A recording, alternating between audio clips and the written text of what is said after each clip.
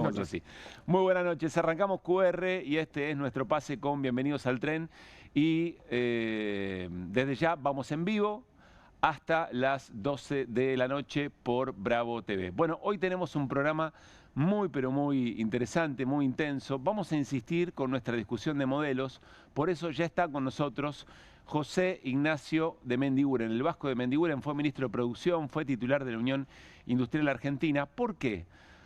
Venimos diciendo en QR hace bastante tiempo que las cosas están más claras que nunca para ser discutidas en la Argentina. Todo es absolutamente cristalino. Nadie simula nada, nadie sugiere nada. Todo es muy explícito. Miren, ocurrió algo en las últimas horas, no ayer, de hecho ocurrió antes de ayer, una entrevista que dio el consultor económico Álvarez Agis, fue viceministro de Economía de Axel Kicillof. Esa es otra discusión que podemos tener en otro momento. Y dejó una reflexión que, claro, en este tiempo donde todo se recorta y se saca de contexto, es una frase que pronunciada de esa manera, desde ya que iba a impactar de una manera negativa si es que lo tomaba todo el andamiaje mediático y sobre todo el equipo digital, digamos, del propio gobierno, para hacer creer que efectivamente era una suerte de manotearle el salario a la gente. Y eso ocurrió. Vamos a recordar rápidamente lo que dijo Álvarez Agis, con la producción tratando de estirarlo un poquito más para que se entienda el sentido de lo que quiso decir el consultor económico. Dale. Yo creo que hay que cobrar un impuesto al efectivo, sí, de manera tal de que el consumidor sea el que induzca al comercio a blanquearse. Al mismo tiempo tenés que hacer... ¿Cómo sería eso? Voy al cajero, pongo 1000 y salen 900. Entonces, cuando me doy cuenta que pasa eso, voy al kiosco y le digo, no, cobrame con tarjeta, con billetera virtual, con QR, etcétera. Cuando yo salgo el efectivo y me meto a la billetera virtual, lo único que tiene que hacer Arca es mirar que si hay un tipo que recibe transferencias de 134 quits por día, eso se llama un comercio. No se llama que tenés una familia grande que te ayuda, ¿sí? Y en ese sentido tiene que obligar a las billeteras virtuales a ser agente de retención. Bueno, ahí estaba el planteo de Álvarez Agis, el presidente, y a partir de que el presidente da la campana de largada, el resto de su equipo de redes, todo el equipo de trolls del gobierno, Fuerzas del Cielo, etcétera, etcétera, comienzan a caerle muy fuerte con este tono. El presidente recuperando un tono muy, muy duro, casi del insulto, digamos, ¿no? Violento. Kirchnerista ladrón, el que fue viceministro de Economía de Kicillof, propone de modo abierto robarte el 10% de tus ingresos que destines al consumo. Jamás piensan en achicar el gasto, sino solo en cómo recaudar más para ser ellos quienes deciden cuánto y en qué gastar su dinero. Bueno, a partir de eso, toda una catarata de mensajes que básicamente insultaban a Álvarez Agis, igual kirchnerismo, otra cosa que podríamos también discutir eventualmente en otro momento, pero lo que no se dio cuenta el presidente, pero porque en realidad el gobierno de Milei lo viene ofreciendo para quien quiera entrar en la discusión, es que estaba abriendo un debate muy interesante, que durante mucho tiempo costó siempre instalar en la manera en que se discute la política en la Argentina, que es el debate de modelos, que es la esencia de la política. ¿Por qué la esencia de la política? Bueno, porque la política, pensando en términos de proyecto de país, lo que propone es, bueno, a ver cómo recaudamos, cómo generamos riqueza y después cómo se reparte. Es decir, quiénes tienen que poner eventualmente el mayor esfuerzo para tratar de generar una distribución más equitativa del ingreso y de esa manera desarrollar, no para hacer solamente contener a los sectores que han sido expulsados del sistema por políticas que han sido siempre muy expulsivas en ese sentido, sino sobre todo para elegir un destino, para elegir un camino productivo. Es básico. Nos desarrollamos en este aspecto, con este conjunto de industrias, generamos recursos y después eventualmente se observa en una política tributaria cómo se recauda de esa riqueza que se genera y cómo se invierte a través del Estado. Se invierte en educación, se invierte en salud para tener una población mejor formada que pueda ser más productiva todavía, que sea sana, que pueda garantizar sus derechos, que tenga acceso a la vivienda. Es un modelo de país lo que Milei, sin darse cuenta quizá, está proponiendo, y efectivamente eso ocurrió, porque empezaron las aclaraciones, porque empezamos a consultar a tributaristas, porque se pone un poco más de eje en las políticas tributarias sin qué opciones hay. No pasa solamente acá, no ocurre solamente con esta intervención puntual del presidente sobre lo que dijo un economista, un consultor económico. Ocurre también con el planteo de las reformas, las famosas reformas estructurales.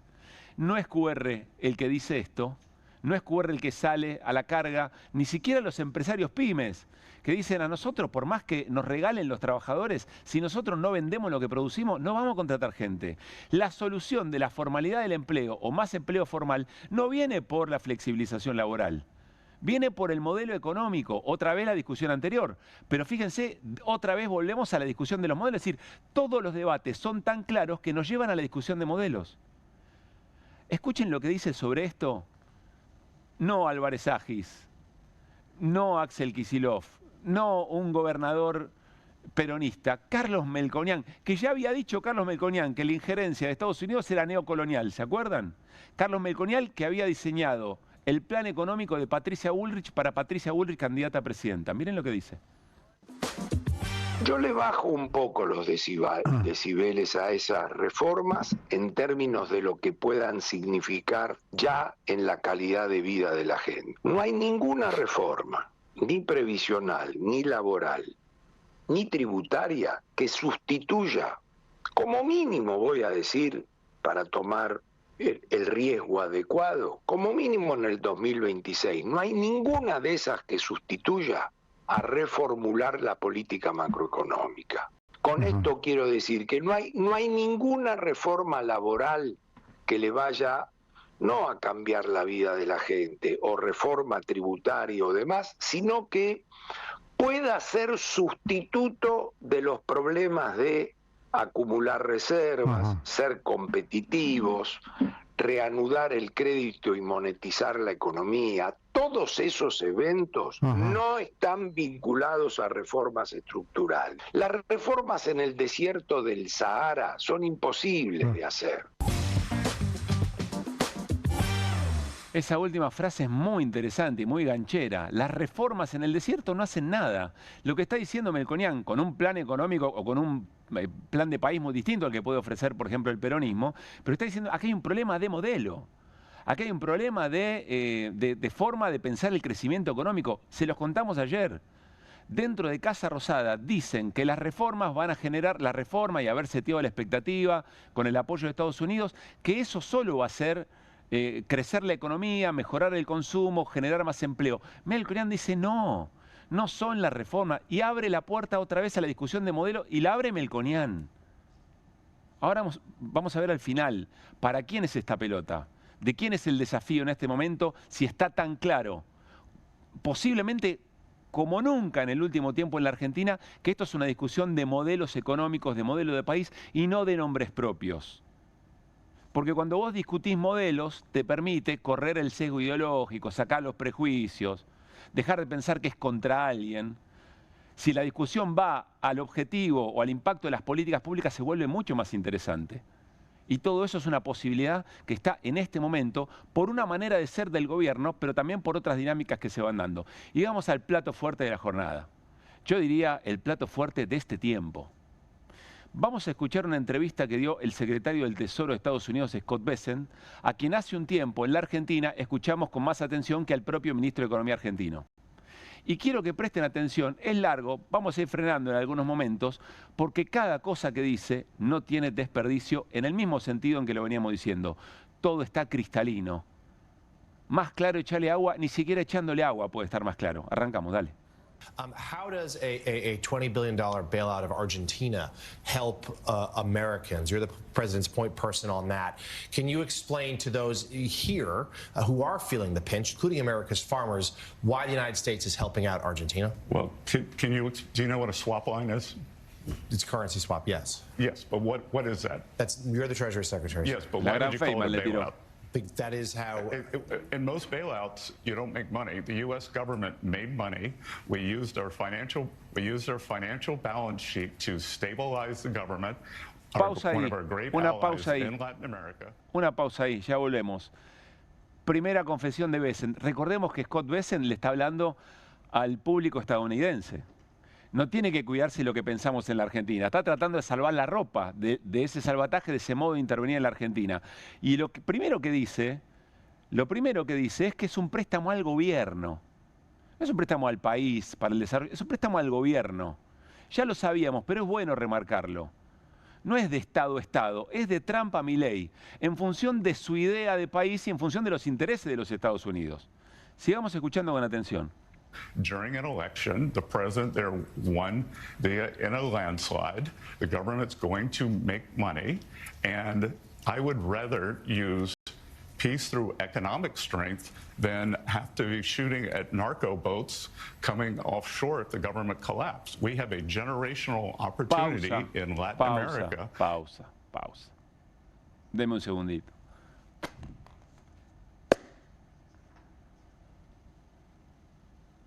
El ministro de Economía de Estados Unidos reconoce abiertamente la injerencia en la intervención en otro país y dice: agradezcan que intervenimos, ahora vamos a ver con qué, pero agradezcan que intervenimos con un crédito, con recursos, porque si la cosa se pone brava, tenemos que ir con los tanques de guerra. En esa idea de posible país fallido, tomando como ejemplo Venezuela. Ahora Martín Granowski nos va a contar que se acerca a Venezuela, o está cerca de Venezuela, un portaavión gigante. No sé si es el más grande que tiene la flota estadounidense, me dice que sí, Martín Granowski. Entonces lo que está diciendo, a ver si entendemos la gravedad del asunto. Y pensemos quién tiene que escuchar esto. El ministro de Economía está diciendo, si no interveníamos de esta manera, ¿qué quieren? ¿Que después tengamos que entrar a los tiros? Ni siquiera durante las sistemáticas dictaduras cívico-militares en la Argentina se reconocía tan abiertamente que estaba Estados Unidos detrás de ese plan sistemático. Mucho tiempo después, en ese momento hay quien lo observaba, pero tan abiertamente después se fue comprendiendo la escena más grande. Pocas veces vimos una cosa así, pocas veces tan clara la escena. Sigamos escuchando al ministro de Economía estadounidense. To create allies. We just saw an election in Bolivia. We're probably going to see an election in Colombia. We've seen them in Ecuador. We're going to see them in Chile. So by stabilizing the economy there and making a profit, then that's a very good deal for the American people. And there's a lot we could have been doing for American farmers, but Democrats closed the government. So how has the United States made money off of this? And you talk about trying to make more regional relationships. The United States is shooting alleged narco boats in international waters off the coast of Venezuela. The United States has not provided evidence yet that those are indeed drug traffickers. So how are these two things working in tandem? We are preempting the collapse of a government and going back to a Peronist agenda and a left-wing government. What if somebody had raised their hand and said, look at what's happening with Hugo Chavez, look at what's happening with Maduro, and they help the opposition there? Pausa. Otra vez, reconociendo lo mismo. ¿Qué hubiera pasado si en aquel tiempo, cuando Hugo Chávez asumía el gobierno democrático, porque estamos hablando, insisto, estamos naturalizando la injerencia de los Estados Unidos sobre gobiernos democráticos. El pueblo venezolano eligió a Chávez, el pueblo venezolano eligió a Maduro, el pueblo argentino eligió gobiernos peronistas y eligió a Milei y eligió eventualmente a Macri. Ahora dice el secretario del Tesoro de Estados Unidos, miren qué fácil hubiera sido todo si en aquel momento alguien hubiera levantado la mano y le hubiera pedido al gobierno de Estados Unidos que intervenga económicamente para estabilizar o para desestabilizar eventualmente, y nos hubiéramos ahorrado tener que ir ahora con un portaavión para tirarle tiros a Venezuela. ¿Se dan cuenta que esto es mucho más fácil lo que estamos haciendo con Argentina? Esto es lo que estamos viviendo en este momento. Pareciera que esto no está ocurriendo.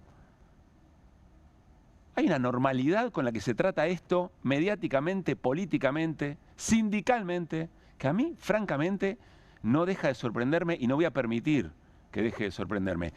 Veamos lo que viene a continuación, que ya tiene que ver con el modo de intervención económico. Miren. Yeah, hey, Mr. Secretary, I'm just curious, just to clarify, Have we made our money back already from the Argentina bailout or the swap line or whatever you call it? Have we made that money back now? Are you saying we're going to make that money back from them over time? Like, what's the payout for that? Joe, we already have a profit on that swap line. So have we given them? Did we transfer $20 billion? No, and we've already gotten back.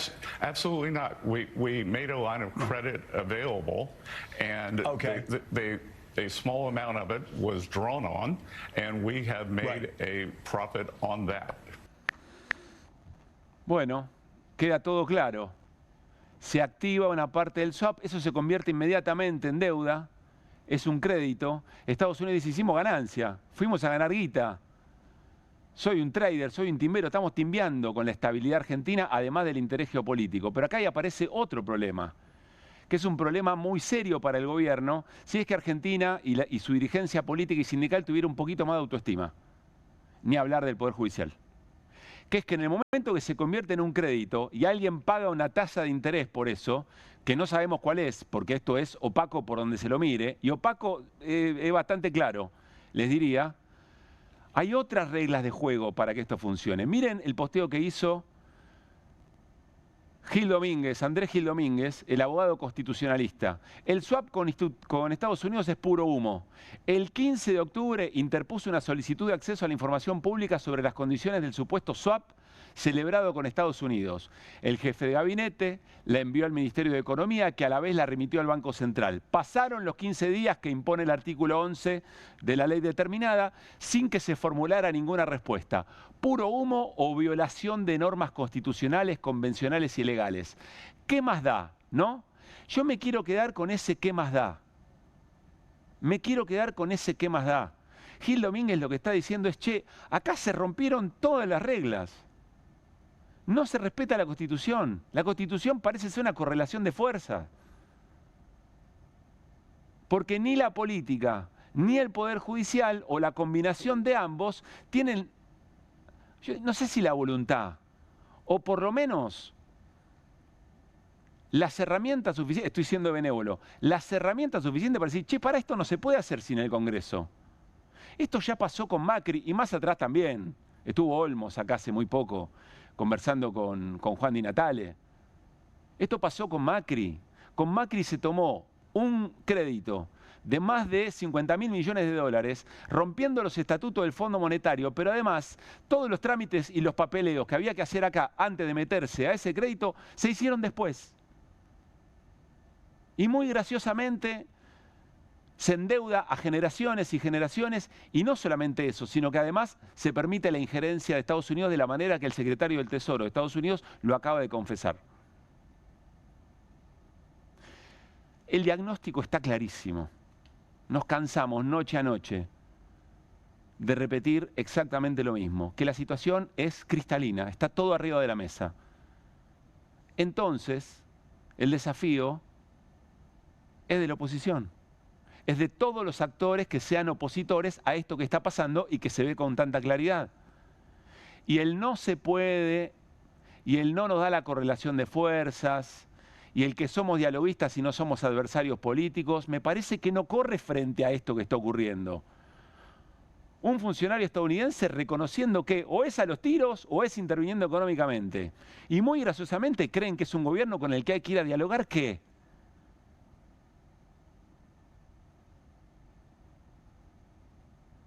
Urge un plan alternativo, urge la discusión de modelos a la ofensiva, no a la defensiva de esto ya no da más, a Milei hay que frenarlo, basta con el deterioro. Lo que urge es aprovechar la situación de tanta claridad para lograr interpelar a la sociedad y que discuta, tal como ofrece Milei y como ofrece Estados Unidos, la discusión de modelo, la discusión geopolítica, el lugar en el mundo, qué hacemos con nuestras riquezas, con nuestros recursos naturales.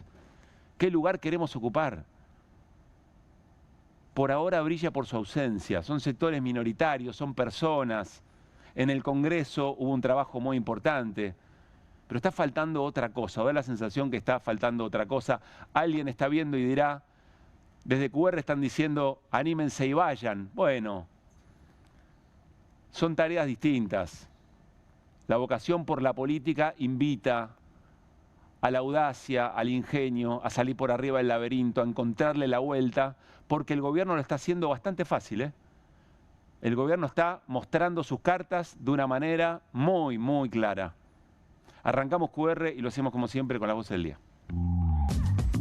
We have a generational opportunity in Latin America to create allies by stabilizing the economy there and making a profit. Then that's a very good deal for the American people. Lo que más cuesta es el convencer a la gente que esta vez es diferente. No hay ninguna reforma laboral que le vaya no a cambiar la vida de la gente, sino que pueda ser sustituto de los problemas de acumular reservas, ser competitivos. Las reformas en el desierto del Sahara son imposibles de hacer.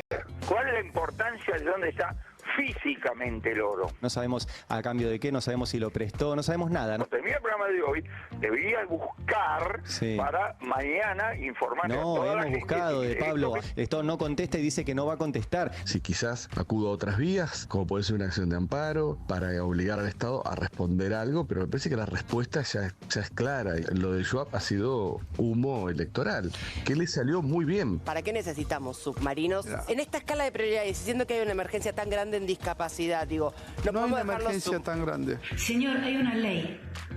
El legislativo aprobó una ley que declara en emergencia a todas las personas con discapacidad y la tienen que cumplir, porque no cumplir la ley es un delito. ¿Van a hacer una denuncia contra Feynman? La verdad es que corresponde, porque él se disculpó con su audiencia, pero a nosotros nos trató de la peor manera. Es una persecución política. Hoy el 60% de los trabajadores estamos precarizados. Lo que se intenta es eternizar esa situación. Nosotros rechazamos el planteo del gobierno.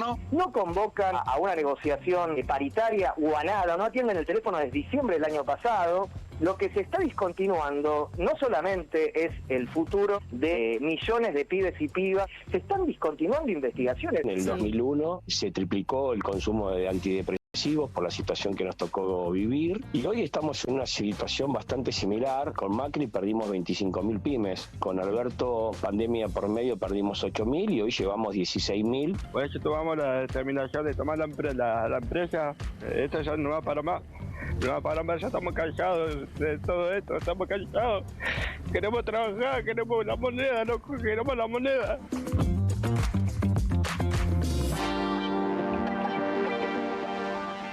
Noche de martes y bienvenido al equipo de QR de hoy. Hola Irina Hauser, ¿cómo estamos? ¿Qué tal? Muy buenas noches. Martín Granowski, muy buenas noches. ¿Cómo le va, Pablo Caruso? Guido Bambini, ¿qué buenas dice? Noches. ¿Cómo ¿Todo estamos? bien? Todo en orden. Quiero saludar ya y sumar a la charla que abrimos de alguna manera en la apertura a José Ignacio de Mendiguren. Vasco, ¿cómo estás? Muy buenas noches. Muy bien, muy atento a lo que dijiste. Gracias por estar acá, valoramos mucho que estés, que estés acá. Vos lo dijiste. Hay mucha responsabilidad de nuestra parte, mucha. Cuando yo veo como industrial que voy a Villa Constitución, donde una empresa como Ashindar mostró clarito todo lo que vos dijiste, sinteticémoslo en un hecho concreto. 2023, segundo semestre, récord de despacho de hierro de construcción, récord de despacho de cemento. Ahora está parada la planta. ¿Sabés lo que significa para un pueblo como Villa Constitución 500 personas suspendidas, 500 familias? Pero además de esa empresa, aprovechando el modelo, hoy importa ese producto y lo distribuye. Esto lo sabe todo el mundo. Y ganaron con el 60%.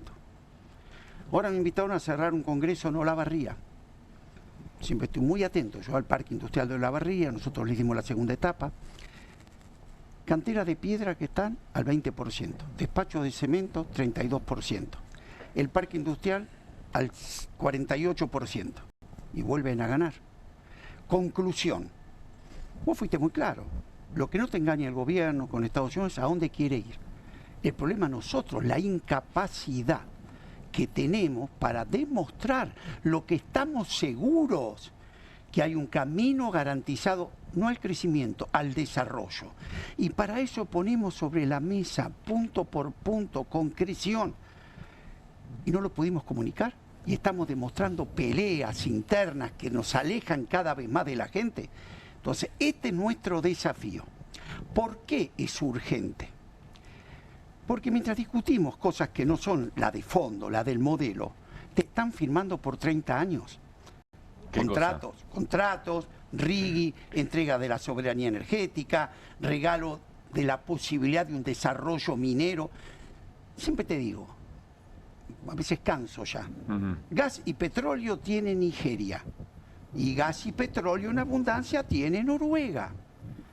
Mirá las dos cosas que se pueden hacer. Noruega, a partir de esta palanca, vamos a desarrollar el país, son los principales exportadores de bienes de capital para esa industria, tienen un fondo de reserva de 1.600 billones de dólares, unos países más desarrollados. Nigeria, 20 años antes, tuvo la misma ventaja comparativa. ¿Y sabés qué interesante? Con las mismas empresas, con la Shell, con la AMO, con la British Petroleum. Mirá que negoció uno y el otro. Hoy Nigeria tiene una renta per cápita más baja, ni siquiera puede autoabastecerse de combustible porque no tienen refinerías. Puede decir que esa es la diferencia entre crecimiento y desarrollo, por eso no, y la diferencia de, por ejemplo, tomar una ventaja comparativa. Sí. Nosotros lo que propusimos es, no somos originales, Noruega, desarrollo proveedores, y te puedo mostrar cómo caminaban. ¿A dónde te lleva un RIGI? Voy a simplificar mucho. Sí. A Nigeria. Vení, llévatela toda. No tenés obligaciones de invertir localmente, no tenés que desarrollar tecnología, traela entera. Si hay un conflicto, litigamos en Washington, no litigamos acá. ¿Y cómo le fue un modelo y al otro? Ahora, nosotros no nos estamos dando cuenta de eso. Yo te puedo dejar, me gustan ejemplos concretos. Sí. Que es un desarrollo de proveedores. Nosotros sacamos una línea de desarrollo de proveedores para que en esos dos rubros seamos líderes. Una empresa Mar del Plata, IQ. Fabrica elementos para la industria petrolera y la industria gasífera. Empezó a desarrollar esa tecnología de acuerdo a este proyecto. Al año produce las bombas de fracking con combustión a gas, que es lo que vos tenés en el pozo. Claro. Bueno, ahora le dijiste, traigan las máquinas y además usadas. Ahora, Vasco, vuelvo un segundito y sé que el equipo quiere preguntarte muchas cosas. Vuelvo un segundito. Es cierto que vos hablas del peronismo, vamos a hablar de ese Frente Nacional, Popular, etcétera, que tiene un modelo muy claro antagónico. Sí. Y claro que hay responsabilidades y las podemos enumerar. Ahora, después hay un montón de gobernadores que son los dueños de esos recursos, que juegan a algo bastante ambiguo. Tenés dirigencias gremiales que deberían estar viendo esto, pero en vez de decir, bueno, nosotros en función de la defensa de los trabajadores tenemos un proyecto de país, vamos a ver qué quiere el gobierno, no somos adversarios. Mira, ahí también hay responsabilidades. Esto es gravísimo, por eso yo lo primero que te dije, me hago cargo, porque es un tema nuestro. Ellos lo tienen claro a dónde van. Es más, yo te agregaría algunas cosas. Parecería que nosotros estamos gobierno negociando Argentina con Estados Unidos. Mentira. Vos estás negociando un grupo de financistas argentinos con un grupo de amigos del presidente de Estados Unidos. Son ellos los que vienen a negociar y dicen hablar en nombre del presidente. Y fíjate cómo tienen que engañar al pueblo americano porque el pueblo americano no lo comparte. Ahora yo te pregunto, en un año Trump es patorrengo, no tiene reelección. ¿Con el que estamos hablando va a ser el interlocutor válido? ¿O todo lo que estamos entregando ahora? Te vas a encontrar con alguien en Estados Unidos que conozco esas negociaciones a fondo. Estados Unidos te regala nada, ni limones no quieren comprar. ¿Por qué?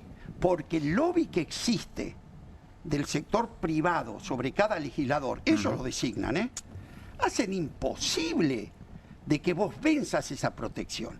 Pero aparte, tanta incongruencia que el mismo presidente americano a su pueblo le vende que va a reindustrializar, que va a proteger, y hacia afuera no quiere decir que hay que hacer lo contrario para que le sirva ese proyecto. Entonces vos dijiste muy claro, y a mí nadie me saca de ahí, vamos al proyecto. En un proyecto que sigue exportando a 400, 500 dólares la tonelada y importa 1.600. Un sector agropecuario que alimenta a los animales del mundo, ni siquiera a los humanos, que el 85% del trigo que exportás es a granel, me canso de decirlo, a $180 la tonelada, que en harina serían 600 y pastas y galletitas como hace Italia sin tener trigo, 2.300. En vez de ir a jugarnos por eso, ahí se acabó el déficit fiscal, ahí vamos a poder recuperar la educación. Ahora, para eso tiene que haber un proyecto y el campo nacional lo tiene que defender. Y además tenemos que ver, que no lo estamos observando con la correspondiente gravedad, que lo que hizo Noruega para este camino, lo primero mandó 400 técnicos al mundo para aprender la tecnología. Hizo un desarrollo tecnológico, científico a través de esto que hoy son los líderes en el mundo. ¿Qué hicimos nosotros? Destruimos. Por favor, liguemos las cosas. Todo nuestro aparato científico-tecnológico. ¿Qué te estoy diciendo? Vamos a Nigeria. Claro. Guido. Sí, Vasco, vuelvo a lo que decías. Mencionaste gas y petróleo y su cadena de proveedores. Yo te quería preguntar si Argentina, si crees que Argentina tiene que apalancar todos los sectores industriales o hay que elegir nichos de especialización, pensando en que hoy está China y que es difícil competir en todos los sectores con China en materia industrial. A ver, lo primero que tenés que dejarle a las empresas argentinas, la pyme argentina y todo, estabilidad macro. Pero no cualquier estabilidad macro apunta al desarrollo. Vos podés tener una macroeconomía antidesarrollo, que es la que estás teniendo. Una macroeconomía pro desarrollo te la puedo explicar. Significa tener un tipo de cambio pro desarrollo, un plan de economía. Pues hay que tener claro la diferencia entre crecimiento y desarrollo. Crecimiento es espontáneo, la soga se va a $600 y vos crecés. Los países exportadores de petróleo, el barril se va a $100 y todo crece. Pero desarrollarse es crear las herramientas para ir donde uno cree que tiene que ir. Que es tu proyecto. Los proyectos de desarrollo no se importan, son endógenos, porque es en función de tus cualidades, de tus recursos. Y para eso, ¿qué hace falta? Fijar ritmos, prioridades y alianzas. Porque esto no es gratis. El mundo a vos te quiere proveedor de materias primas y recursos naturales. Me canso de decirlo. No es que se equivocan comprando... División Internacional del Trabajo. Claro. Ahora, ¿qué pasa? Te cerraba con 4 millones de habitantes, la generación del 80. Con 45 millones te cierra solamente si haces una deja y exportás 30 millones de argentinos. No cierra. Esto es lo central. Si no, nos van a llevar a cualquier discusión. La reforma laboral... los salarios, porque no quieren hablar del centro del problema. Porque, ¿qué es lo que quieren? Tu trigo, no tus fideos. Quieren tu litio, no quieren tus acumuladores. Quieren que no desarrolles tecnología, que la inteligencia artificial sobre el litio, sobre el gas y el petróleo, la pongan en la metrópoli, no acá. Si no entendemos eso, si no entendemos cuál es la batalla a dar, si no entendemos quién es el adversario, nos van a seguir dividiendo. Y acá no se trata de cosas simples, mucha plata lo que está en el medio. Ahora, Vasco, perdón, hubo elecciones, me refiero a las de diputados nacionales, hace poquito, sí. Y esto no se discutió. Digo, fue frenar a Milei. Fue frenar a Milei. Tenés razón. Lo del que te puede servir como consigna, digo, obviamente, bueno, digo. El punto es después, ok. ¿Qué hacemos para adelante? ¿Para qué? ¿No es cierto? Bueno, ¿qué hacemos para adelante? Claro. Porque también nosotros nos equivocamos y nos dejamos llevar por discusiones que no hacen el centro. Acá lo que vos estás discutiendo en los próximos 3... nada, ni siquiera, en las nacionales ni siquiera hubo discusión, ¿eh? Me parece que hubo más nada que discusión. Creo que es casi, nos ni siquiera discusión interna. Pero no explicamos, porque no se ve, casi peor. Vos me conocés, soy desarrollista de naturaleza. No se ve el problema de fondo. El problema de fondo, vos dijiste, es el modelo. Déficit fiscal, vos tenés dos formas de pararlo. Por supuesto, cortar los gastos superfluos. Pero aumentando la facturación se licúa el déficit. ¿Y quién habla de eso? No con ajuste, digamos. Pero con el ajuste, ajustar lo que tengas que ajustar. Pero vos podés, con trigo, facturar el doble. Pero tenés que recaudar más. Obvio, yo en mi empresa, cuando tengo un problema y llamo al contador, ¿sabés qué me dice el contador? Apaga la luz, suspende el diario, no tomes Uber, seguro. Ahora yo llamo al gerente de producción, llamo al gerente de venta y digo, hermano, ¿cómo tengo un nuevo producto? ¿A qué mercado voy? Esa es la salida de la Argentina. Y esa Argentina pone de canciller a un hombre del JP Morgan. Al gerente financiero sería. Exactamente. En términos de la fábrica, ¿no? Está claro. Sí. Si no entendemos esto, no van a seguir dividiendo. Usted quiere que yo discuta déficit fiscal y va a decir si la política monetaria. Vamos a crecer. Y yo te cuento un ejemplo. Personal. Yo era presidente de la UIA en el 2001. Íbamos por el mismo camino, y por las mismas personas, estaba Tusenegger, Patricia, llevaron esa convertibilidad hasta el final. Emitieron 18 monedas para tapar el problema. Terminaron cerrando los bancos, 5 presidentes en 10 días, el peor default de la historia de la humanidad. Recordá que proponían. Don Bruchi Caballero, que se había animado, ¿te acordás?, a decirlo, dijo que no había que prestarle a la Argentina a buscar los documentos. En mi libro está. Hasta que una intervención a su economía no dijera que le podemos prestar. Antes lo dijeron, ahora lo hicieron. ¿Qué te decían? Privatizar el Banco Nación, privatizar el Banco Provincia, los mismos remedios. Ahora, ¿cuál fue la diferencia? Y yo me hago cargo de esto. 3 años antes, yo como presidente de la UIA, la veíamos venir. Y hay un libro que recomiendo, La doctrina del shock, de Noemi Klein, una canadiense, que dice, si vos querés llevar a un pueblo que acepte las cosas que nunca aceptaría en situación normal, llévalo a una crisis. Y en la crisis bancamos lo que estamos bancando.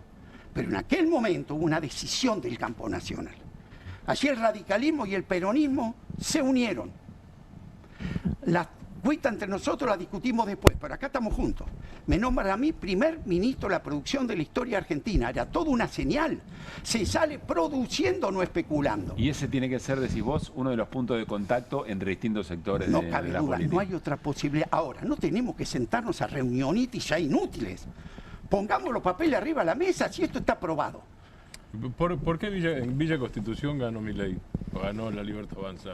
Porque pasó en Bahía Blanca hay también. varios motivos, ¿no? Pasó en Bahía Blanca también, que vos decís, ¿por qué ganó en Bahía Blanca después de la ayuda cero del gobierno nacional? Yo no quiero hablar, pero hay varias cosas. Sí. Una, que en el mundo, después de la pandemia, no ganó un solo oficialismo más, ¿no? La gente salió enojada.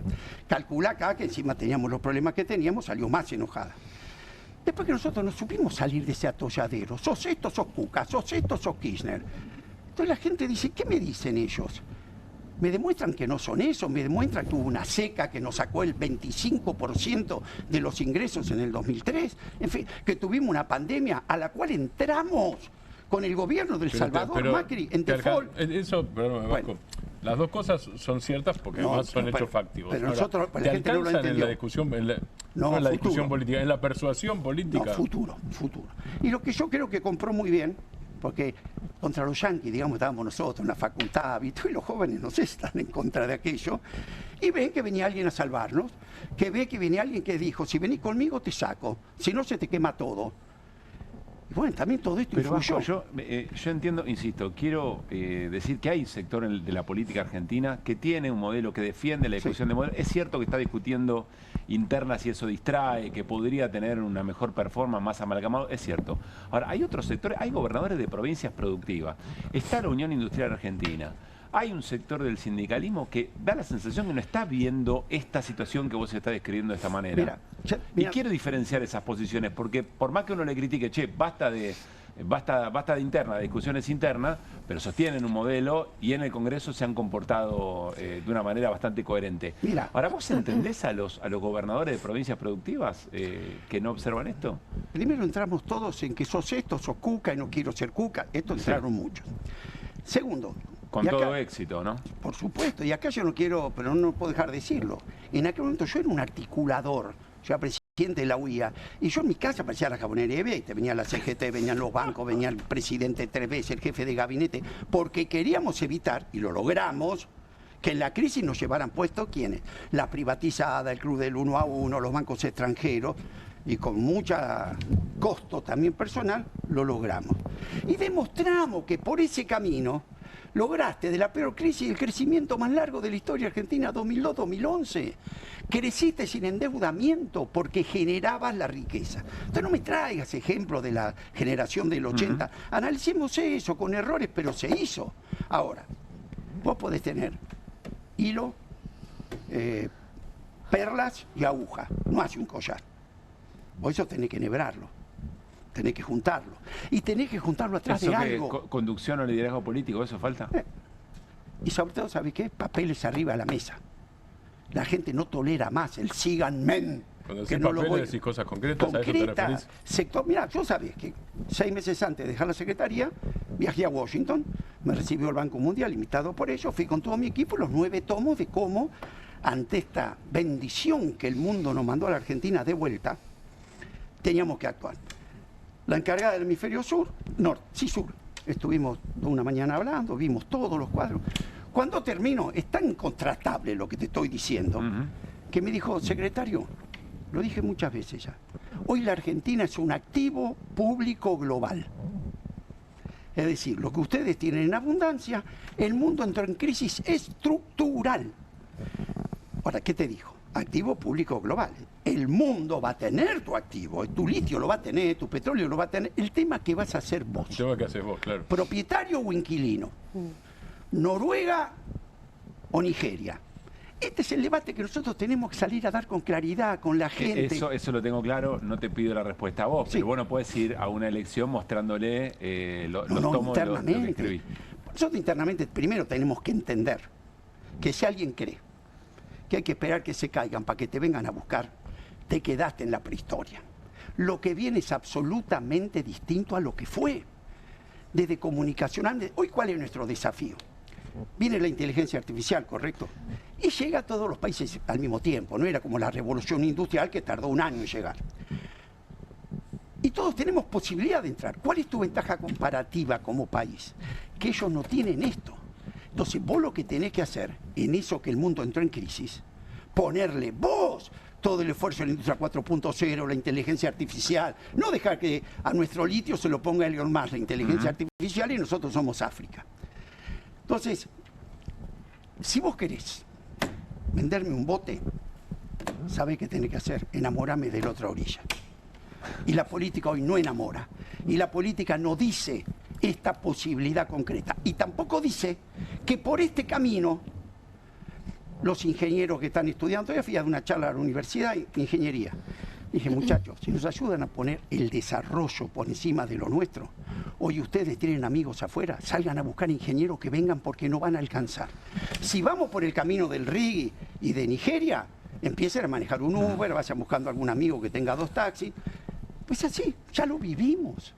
Ahora, perdón, sí. A mí hay algo que hace un rato veíamos estas imágenes de, una persona llorando porque tiene laburo, por las monedas, monedas decía, creo, ¿no? Sí.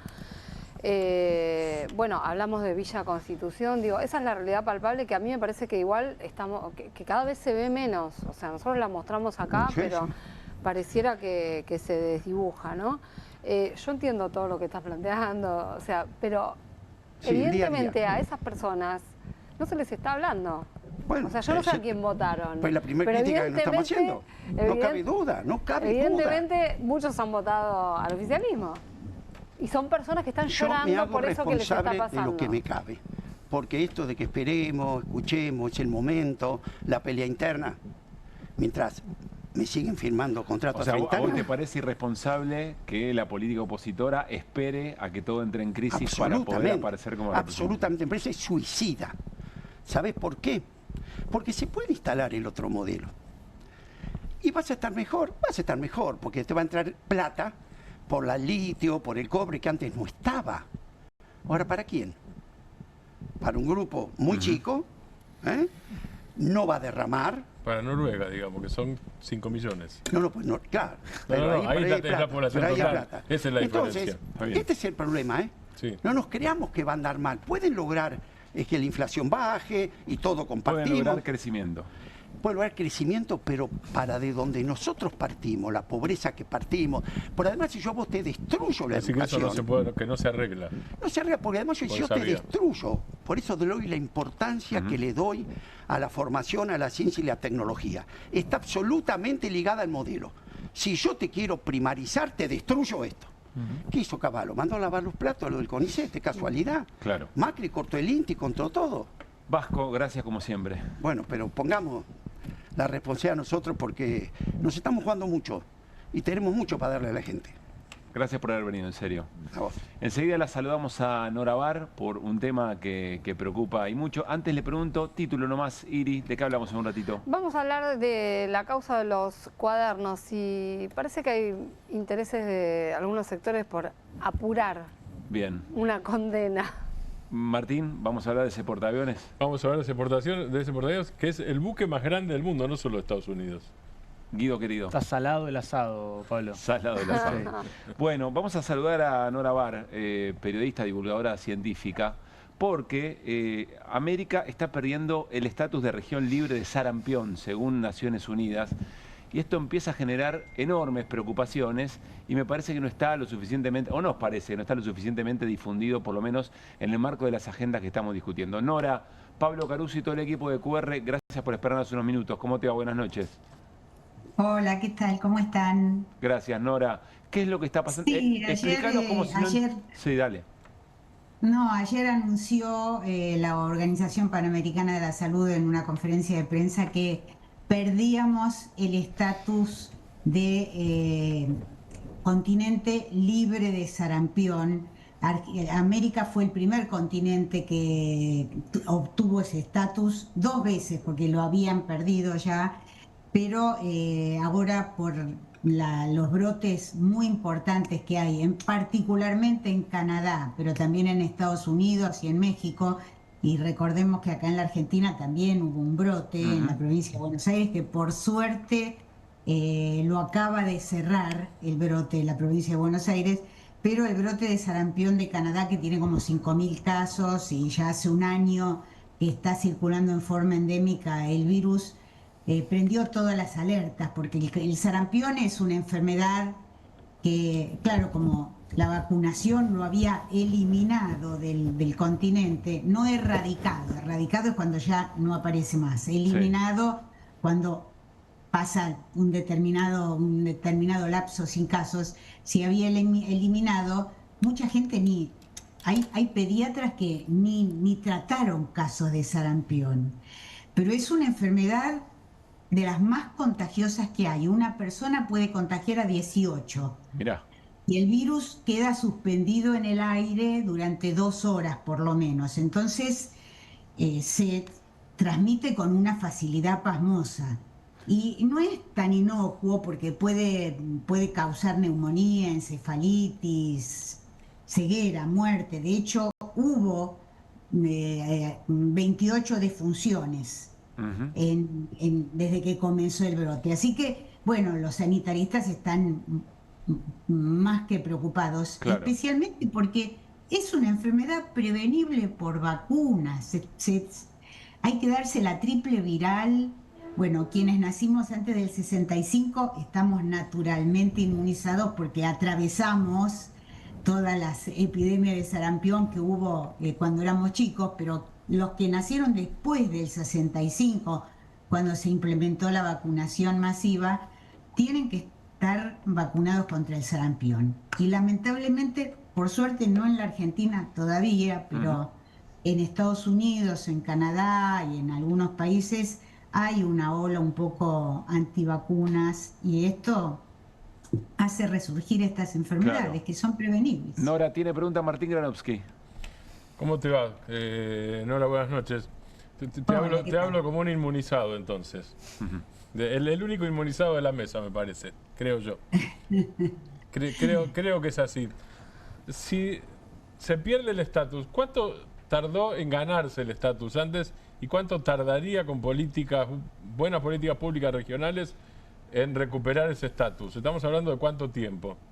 No, bueno, depende de que no haya casos. Cuando se interrumpe la circulación hay que esperar, bueno, 1 año más o menos hasta que se verifica que no hay casos en todo el continente, ¿no? Por ejemplo, la provincia de Buenos Aires dio por cerrado el brote que tenía hace 5 meses, salió en todos los portales, en todos los medios, que hubo un chico que vino con la infección de afuera y entonces hubo en total 21 casos en la provincia de Buenos Aires, ¿no?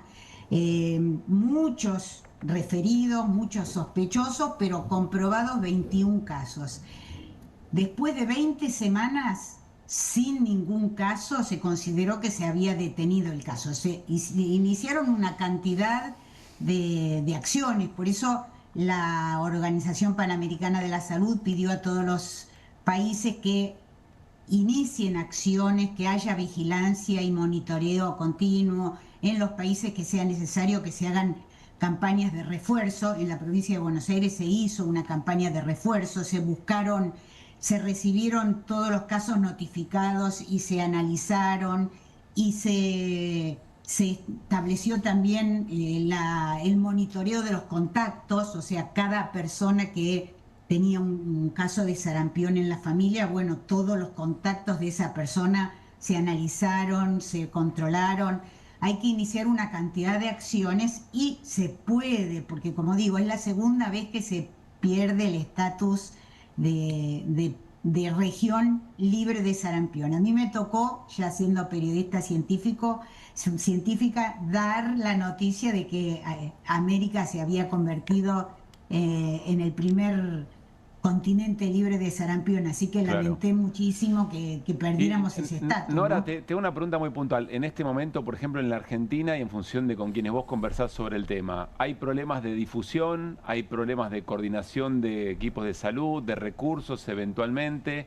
¿Hay un problema de una mirada o ideología antivacuna a la que no se le está dando la suficiente pelea? ¿Todo eso junto? En general, la Argentina, por suerte por ahora, no es un país que se distinga por un movimiento antivacunas. Ajá. Tradicionalmente tuvo una cultura de la vacunación buenísima, ¿no? En la Argentina, y se hicieron campañas y de hecho tenemos un calendario de vacunación que viene ya desde Perdón, Nora, este justamente, siglo. yendo a lo de Pablo y a lo que vos estás diciendo, las campañas, creo yo, y corregime vos, están bajando o en intensidad o llegando casi a cero, ¿no? Las nacionales. No, las campañas de vacunación, digamos, la vacunación existe. Me refiero a la promoción. Las vacunas se están comprando. El tema es la promoción y la difusión de las campañas. Como vos sabés, gran parte de lo que se hace con la vacunación hay que hacerlo fuera del hospital. Hay que, digamos, convocar a la población. Hay que hacer muy accesibles los lugares de vacunación. Y la verdad es que desde la pandemia en adelante la vacunación bajó muchísimo, muchísimo. Y no solo, bueno, ahora estamos preocupadísimos por el sarampión, pero unos días antes también se habló muchísimo, o por lo menos a mí me tocó escribir una nota sobre el aumento del coqueluche. Claro. Coqueluche subió 132% de un año al otro. El sarampión hubo un aumento de 30 veces entre 2025 y 2024.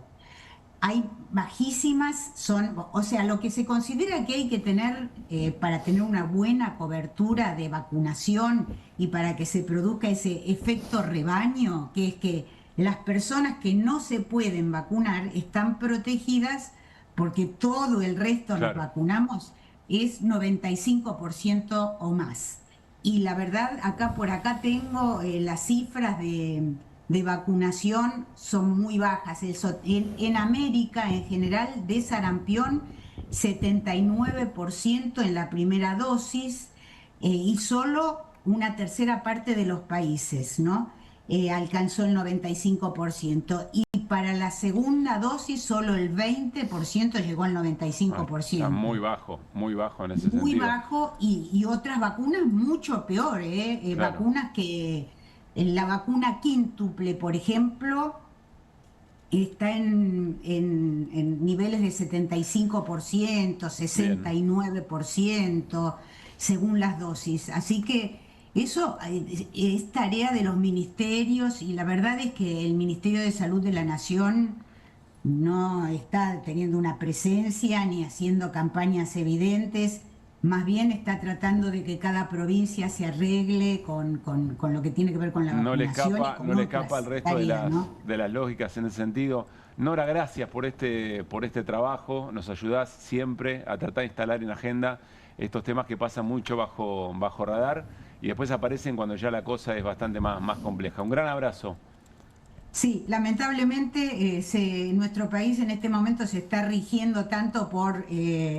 Estados Unidos, y en Estados Unidos la política sanitaria y en particular de vacunación está siendo un desastre. Así que esperemos que no copien ese ejemplo. Así que bueno, muchas gracias. Un abrazo bien, grande Nora, para todos. Que esté muy bien, para vos también. Nora Bar, charlando con nosotros. Volvemos a la política local, específicamente al Congreso Nacional y al Congreso que viene. Está Julieta Weisgold con nosotros, consultora política. ¿Qué haces, Juli? ¿Cómo te va? ¿Qué tal? Buenas noches. Como cada martes de por medio, ¿todo bien? Bien, todo bien. Hoy vamos a hablar de lo que viene o la escena que viene para el peronismo en la renovación del Congreso. ¿Qué estás observando y qué te preocupa? ¿Qué le conviene al peronismo? La pregunta, ¿no? En las cámaras. Sí. ¿Qué va a pasar? El foco político va a estar bastante puesto en qué pasa en las cámaras, a diferencia de lo que pasó en los últimos, no sé, 10 años o 7 años, no, 10 años por ahí es mucho, pero en los últimos 6, 7 años, la verdad es que el foco no estuvo puesto en el gobierno de Alberto, no estuvo puesto en lo que pasaba en las cámaras, ¿no? Y ahora, de nuevo, vuelve a estar puesto ahí. Entonces, ¿por qué insisto en esto? Porque el debate político se va a trazar también un poco en función de lo que pase ahí, ¿no? Si uno mira la composición, yo no sé si están las plaquitas con los datos de Pablo Salinas. Si uno mira las composiciones de las cámaras, digo, el peronismo no tiene, ahora vamos a esa placa, pero el peronismo no tiene quórum propio en ninguna de las dos cámaras, ¿no? Tiene 98 diputados y 28 senadores, no llega al quórum, o sea, tiene que negociar si forma un bloque. Claro. Y el riesgo, o lo que se presenta como riesgo, es la pregunta esta de, bueno, ¿pueden no actuar en bloque, ¿no? El peronismo. De hecho, hay mucho movimiento, ¿no? Por abajo ahora tratando de desarmar bloques, sobre todo en el Senado. Estuve leyendo bastante preocupación de Mayans para tratar de contener armado el bloque y que no se desarme. Y si se llega a desarmar eventualmente no quiere decir que después trabajen en bloque, que es un poco lo que estás planteando, me parece. No, yo lo que digo es, a ver, que la pregunta es primero, ¿qué conviene? ¿No? ¿Qué le conviene no solo al kirchnerismo, a los sectores, digamos, que tienen la mayor cantidad de legisladores, sino también a los gobernadores, ¿no? que tienen posiciones más dialoguistas? Siempre fue así, esto no es una novedad, digamos, de esta época, pero el punto es, con un gobierno que llega a esta elección en medio de una crisis, en un contexto complejo, que tiene un aire, ¿no? Tiene un momento de aire después de la crisis. Estuvimos viendo igual, no sé si vieron las encuestas postelectorales, algunas que fueron saliendo, una Aresco dando vueltas, otra de ¿Qué dicen que, Casa 3. resumiendo? No, que no es solo el factor miedo, ¿no? Lo que operó en el resultado de la elección. Que también operaron otras cuestiones como expectativas puestas en el gobierno, esperanza, cada uno. Exactamente, claro. Cada uno lo llamó a su forma según cómo se hizo la pregunta, pero que no hubo una sola cara de resultado. Que no fue solo el miedo al lunes. Exactamente, negro, no es solo eso, ¿no? Entonces seguimos en un territorio arenoso como desde que ganó Milei en 2023, ¿sí? Frente a un territorio arenoso, la pregunta para los gobernadores que se ven obligados a defender la situación de sus provincias, en muchos casos, digamos, resguardarse en el provincialismo, ¿no? Es cuál es el límite, y esto ya va más allá de la negociación en las cámaras, ¿no?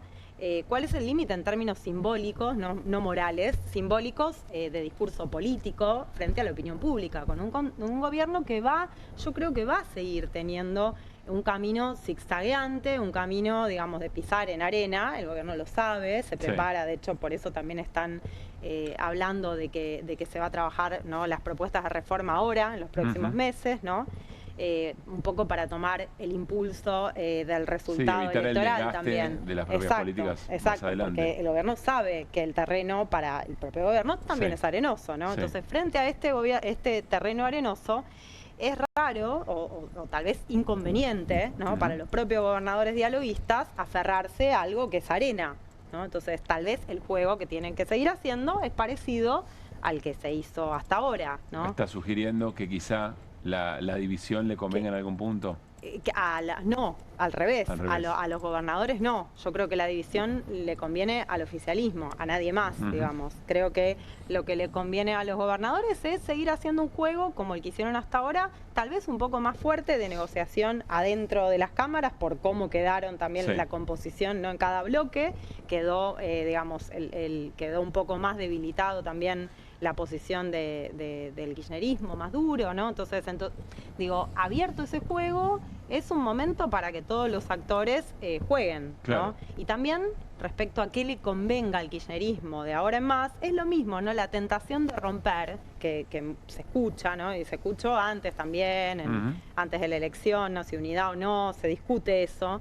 Y la verdad es que si vos ves la historia del peronismo, ves internas, ves Cafiero Menem, ¿no? Ves distintos tipos de internas, no siempre tan Su modo ordenadas. de reproducción. No siempre tan ordenadas, exacto.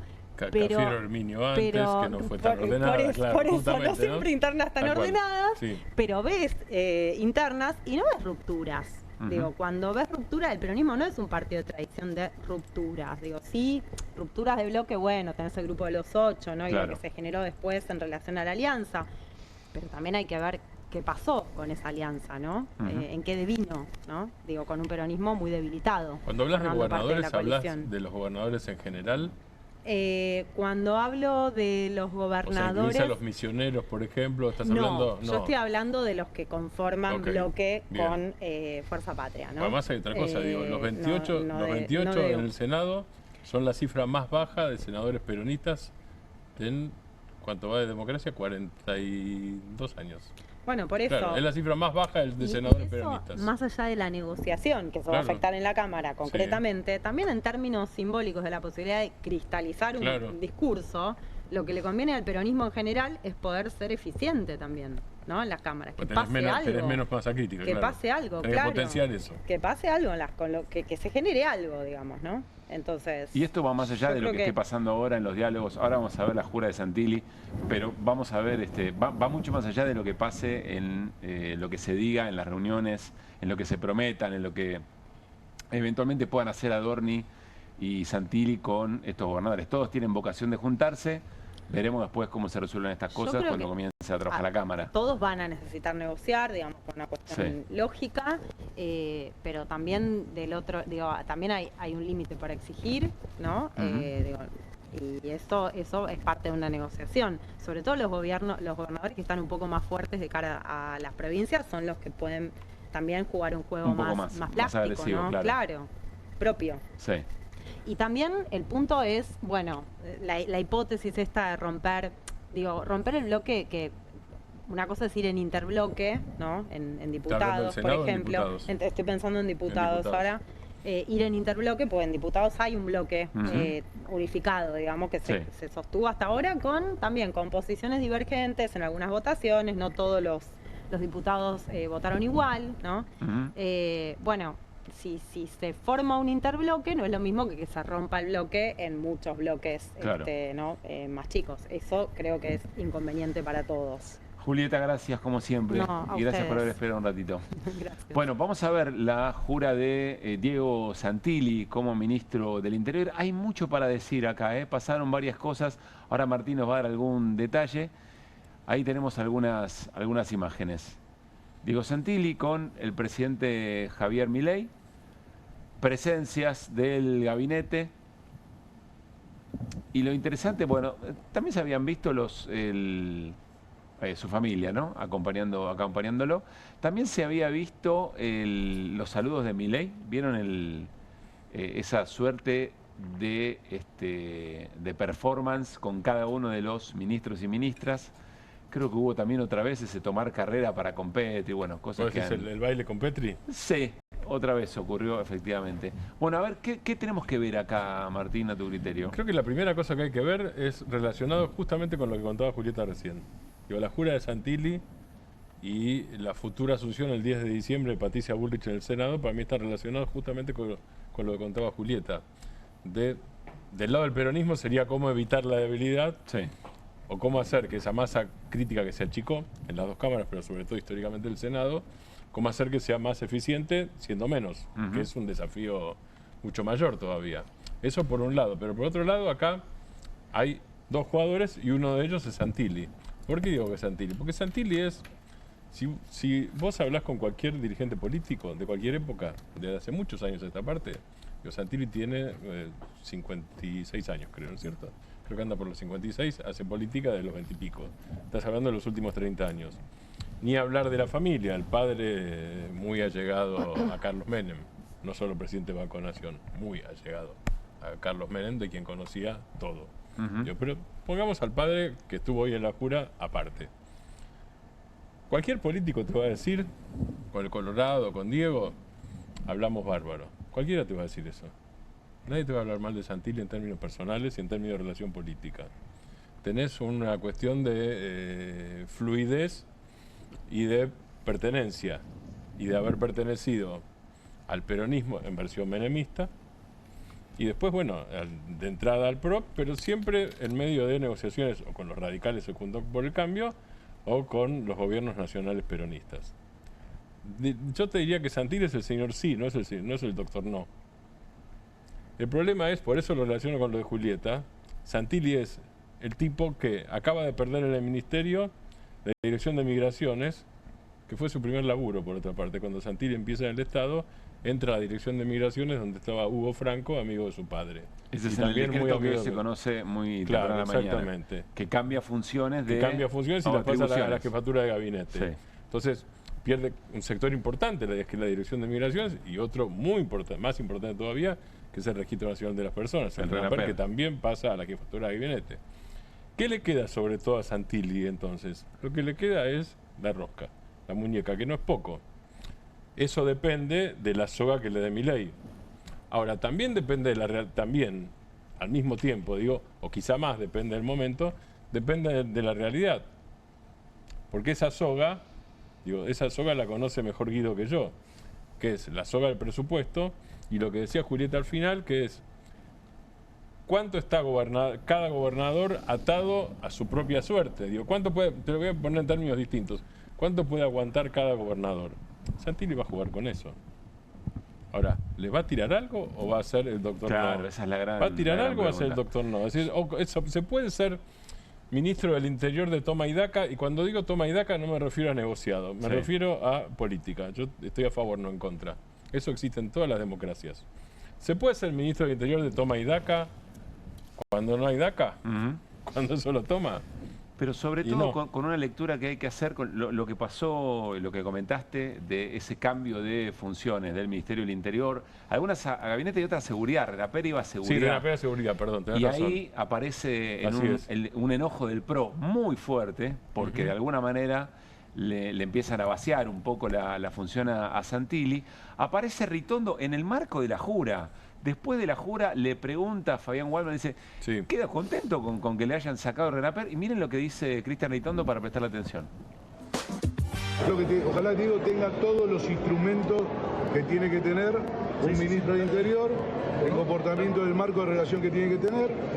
Me parece, hay algunas cosas que me generan duda, por ejemplo el RENAPER, lo digo con total honestidad, el RENAPER ha sido y es parte del uso civil porque va al Ministerio de Seguridad, pero bueno, es una cuestión que yo no discutí, pero por ejemplo el RENAPER es una discusión sobre la dictadura, y lo manejó Seguridad con la Policía Federal y volvió porque siempre se dijo que es un tema de uso civil porque hay datos muy sensibles para proteger. Con lo cual el RENAPER tiene que quedar, para mí, en mi opinión, no voy a entrar en discusiones, pero para mí el RENAPER tiene que quedar, pero por instancia, pues es una discusión que se dio hace mucho tiempo en la Argentina y en la democracia volvió al Registro Nacional de las Personas porque no había que hacer seguimiento, porque no había que hacer un montón de cosas. Me parece que con la base y la intercomunicación que hay en base de datos alcanza y sobra, así que para mí el Registro Nacional de las Personas, porque es una atribución federal, tendría que quedar dentro del Ministerio del Interior. Pero es lo que piensa Cristian Ritondo. Bueno, acá hay dos cosas. El argumento lo asiste Ritondo. Sí. El argumento lo asiste. Es lo que piensa Cristian Ritondo, que fue ministro de Seguridad de la provincia de Buenos Aires con Vidal, que es el presidente del bloque PRO, y que junto con Santilli son los dos, y en menor medida Guillermo Montenegro, bueno, por el poder de negociación, digo, no por un tema de peso individual, son las dos personas que negociaron la creación de la Alianza La Libertad Avanza, llamada así, en la provincia de Buenos Aires. Así que acá hay un sector del PRO que se enojó. Yo creo que va a haber una vuelta atrás respecto de este tema. RENAPER va a volver a Interior. Dentro del gobierno le echan la culpa a una funcionaria técnica vinculada a Santiago Caputo, pero desde el lado de Santiago Caputo dicen no. Nosotros hicimos lo que nos dijeron, o se hizo lo que dijo Karina Milei desde la posición un poco más ventajosa después de haber ganado la elección. creo que acá empiezan a aparecer eso que les decíamos, no sé si ayer o fue el viernes, que les decíamos, miren, las internas del gobierno están en tensa calma, pero van a empezar a aparecer y sobre todo Karina Milei va a empezar a tomar algunas funciones que Santiago Caputo eventualmente tenía. Y me contaron algo que Santilli, ni bien llega, digamos, ya no, hoy jura, pero cuando empieza a entrar en funciones, lo llama Santiago Caputo y Santiago Caputo le dice, bueno, vos sos nuestro, porque efectivamente tenía un buen vínculo. Y Santilli, un poco por ese saber político que menciona Martín, se da vuelta y va le toca la puerta a Karina Milei, mirá, me acaban de llamar de allá. Y esto empieza a aparecer y creo que la repartija de funciones o la distribución de funciones se va a empezar a observar. Y otro dato que me dieron que me parece también importante, Adorni no está de Adorno, perdón, el juego de palabras, en la jefatura de gabinete. Totalmente. Por eso se lo ve en las reuniones sí, hay también. que tener mucho cuidado con las caricaturas en estos casos. Pero además, coincido. yo insisto... Incluso la de Karina. Sí, por supuesto. La de Karina, por supuesto. Y sobre todo la de Karina. Sí, Milei. por supuesto. Y la otra cosa, digo, hay que ver qué pasa, hay que ver si es una dupla o si también empieza a haber una contradicción entre Patricia Bullrich, presidenta del bloque de senadores de La Libertad Avanza a partir del 10 de diciembre, y Santilli, porque en ese sentido tienen funciones parecidas. La función va a ser fracturar los bloques peronistas o el bloque peronista del Senado, en el caso de Santilli los dos, lo haga abiertamente o no lo hagan abiertamente, pero ese claramente es el objetivo político, que es lo que contaba Julieta antes, y la negociación con los gobernadores. Ahora es negociación con los gobernadores y con los legisladores que corresponden a los gobernadores. Los sin techo son otra cosa, los que no tienen una relación de correspondencia con el gobernador. En esos van a estar los dos, van a actuar juntos, van a actuar separados, va a ser un tándem. Y va también, me imagino, Martín, en función de las aspiraciones que cada uno tiene. Patricia Bullrich ahí no se contradicen. Quiere ser jefa de gobierno de la Ciudad de Buenos Aires. Y Santilli quiere ser gobernador. Y quiere ser gobernador. Los dos quieren ser candidatos en el 2027. Pero claro, falta tanto. Se pueden esmerilar tanto en las funciones que van cumpliendo. Así es. Que va lo que recién Así es. Pero lo que pasa es que el toma y daca interno empieza con lo que vos decís. Digo, en el toma y daca interno a Santilli le sacaron de entrada. Eso es noticia en desarrollo, insisto. Claro. Es un juego que se está... en función de cosas que se van diciendo, me da la sensación que le están midiendo el aceite también un poco a Santilli en algún punto. Le preguntaron a Santilli por qué no estaba el referente del PRO, por supuesto, más importante, Mauricio Macri, invitado en la jura, y esto decía. Digo, ¿por qué no vino Macri? ¿Por qué no vino Mauricio Macri? ¿Lo invitaste a Macri? Siempre están con los temas que por qué el otro y por qué el otro. Yo lo que les diría es, ¿fue invitado? Es una invitación chiquita. Quisimos hacer algo austero, cortito, desde el día de ayer al día de hoy. Entonces, no me parece de buen gusto llamar a una persona de un día para el otro, para saber, hay que hacer las cosas como corresponde. Vamos, chicos. Una respuesta rápida para cada cosa. Después si la crees o no la crees, si es verosímil o no es verosímil, digo claramente. Lo llevaron a Tucumán, lo dejaron afuera, se estaba muriendo de frío, Macri, ¿se acuerdan? El Pacto de Mayo. Igual hay un viejo odio Santilli Macri por el espionaje de Macri a la familia. Claro. También. Digo, agreguemos esto. Buen dato. Sí, a Santilli se le metieron en la casa. Claro, todo. claro, exactamente. Claro. Le plantaron a una empleada en su casa. Bueno, vamos a ver cómo sigue toda esta historia. Son las internas, hacen a la propia conducción del gobierno. En definitiva, volvemos al tema de los modelos y volvemos al tema de del poder adquisitivo de las familias. Y eso tiene distintas maneras, siempre distintos indicadores. Y dice Guido Bambini que comer asado en este tiempo, cosa para pocos. Miren la placa, nuestra portada, para irnos a la pantalla. A ver qué pusieron. No, qué impresión me da esa portada, por favor. Todo arruinado. Me dio pánico. Salado el asado, es cierto, pero lo ves así, sí, eso no se puede comer. Es un delito, es un crimen. A mí me dio pánico, sí. Es todo lo que está mal ese asado. Y además ya ponerle sal a los chorizos es demasiado. Sí, no, pero viste que cuando te pasás de sal es una cosa, a mí me resulta incomible. No, es gente que tiene que tener alguna, de mínima es una contravención, ¿no? Sí, sí. De mínima. Bueno, no estamos hablando precisamente de ponerle demasiada sal al asado, sino básicamente a que ha tenido un sacudón importante en materia de precios, la carne. Y es de esperar, lo decíamos la semana pasada, no sé si te acordás, en una de las últimas placas yo adelantaba, de que efectivamente el último aumento que se estaba viendo en el mercado mayorista de Liniers, bueno, se iba a trasladar al canal de comercialización minorista y efectivamente así fue. Vamos a las placas para ver un poco de números, un poco de datos. Mira, esto es el mercado abierto, el mayorista, ¿no? Lo que vale el kilo de carne en cañuelas. Ajá. Fíjate, pensando en la inflación que se va a conocer mañana, del mes de octubre, a las 4 de la tarde va a dar a conocer el INDEC la inflación de octubre, que dio 2,2 en Cava, buen dato en Cava. Bueno, subió un 4,4% la carne en el mes de octubre. Pero fíjate lo que se viene para adelante. Esto se puede proyectar a noviembre. No, a ver, el salto que hubo en noviembre es impresionante, 11,4%. Esto ya es en los primeros días de noviembre. Claro, los primeros 10 días de noviembre ya sabemos y ya se ha trasladado a los canales de comercialización minorista. Es muy importante el salto. Es muy importante. Es un salto que, los meses anteriores estaba relativamente calmo, el precio del kilo de carne en general, el kilo de carne promedio en general. Sí, en el primer cuatrimestre del año le habían pegado otro sacudón importante del orden del 25% en términos acumulados. Esto es mayorista. Si vamos a la siguiente, vamos a ver qué pasa en el canal de comercialización minorista. Perdón, me quedé con una duda. ¿Por qué dio este salto ahora?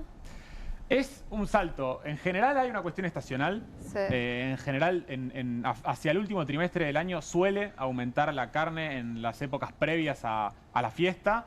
Y también hubo, algún movimiento del tipo de cambio en la previa a las elecciones que también impactó, en este caso, en la carne. Pero hay una cuestión estacional y también una cuestión de que venía relativamente calmo los meses anteriores y esa calma, predijo una tormenta, si se quiere, que fue el aumento importante que tuvimos en estos meses. Estos son los cortes. Estos cortes, sí, minoristas. Fíjate, el asado de tira 8,2% en el mes de octubre. Importante. El promedio de la carne, esto es para el AMBA, área metropolitana de Buenos Aires, 2,8%.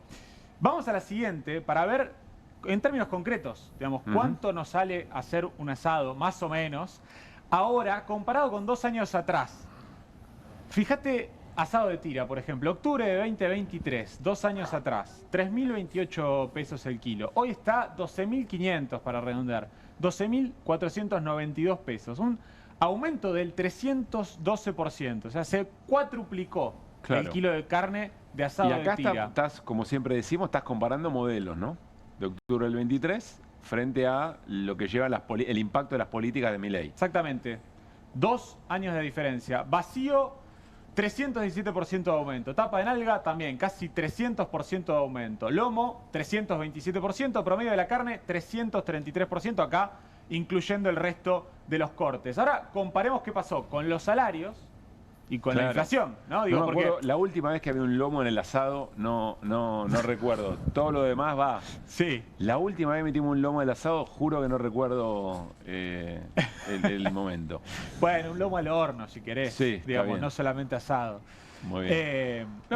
Puede ir también. Puede ir un lomo al horno también. Inflación acumulada en este periodo, en estos 2 años, 284%. Es decir, la carne ha superado el promedio de la carne en 50 puntos porcentuales en términos acumulados, el aumento general de los precios. Impresionante.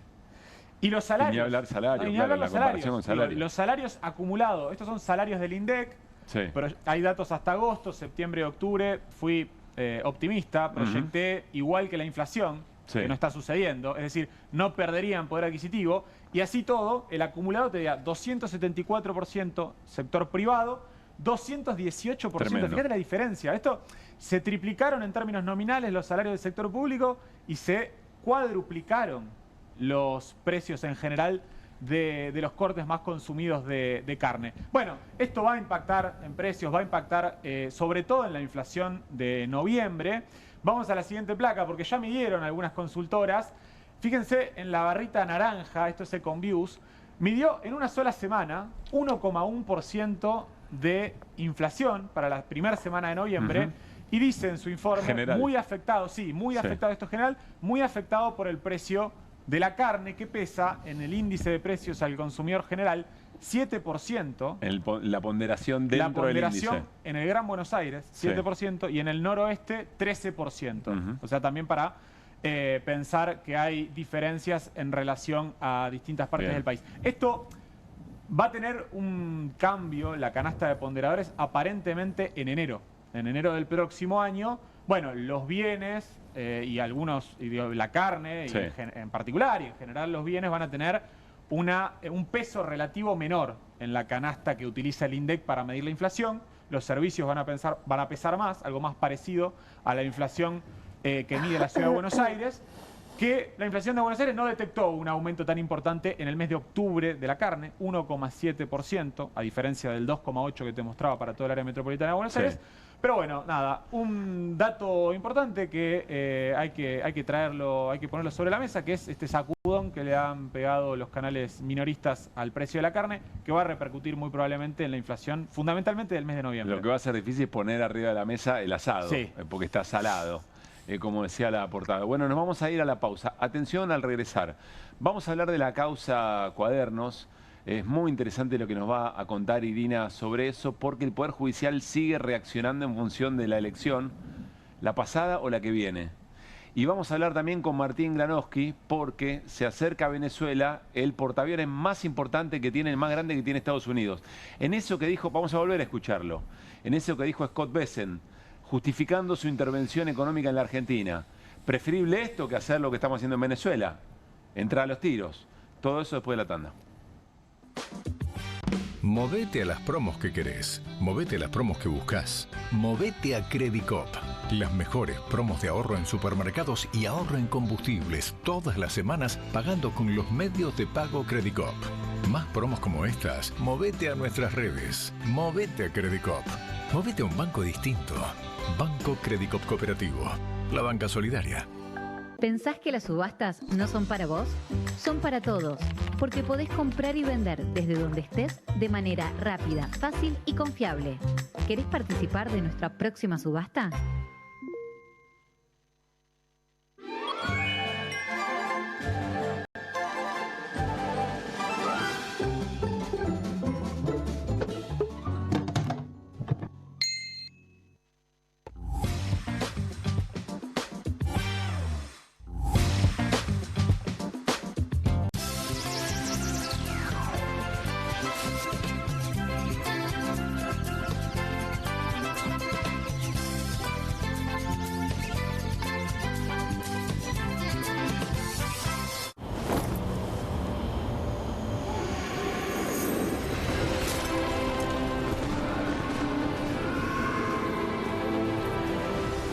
Betano, divertite a otro nivel con el bono de bienvenida.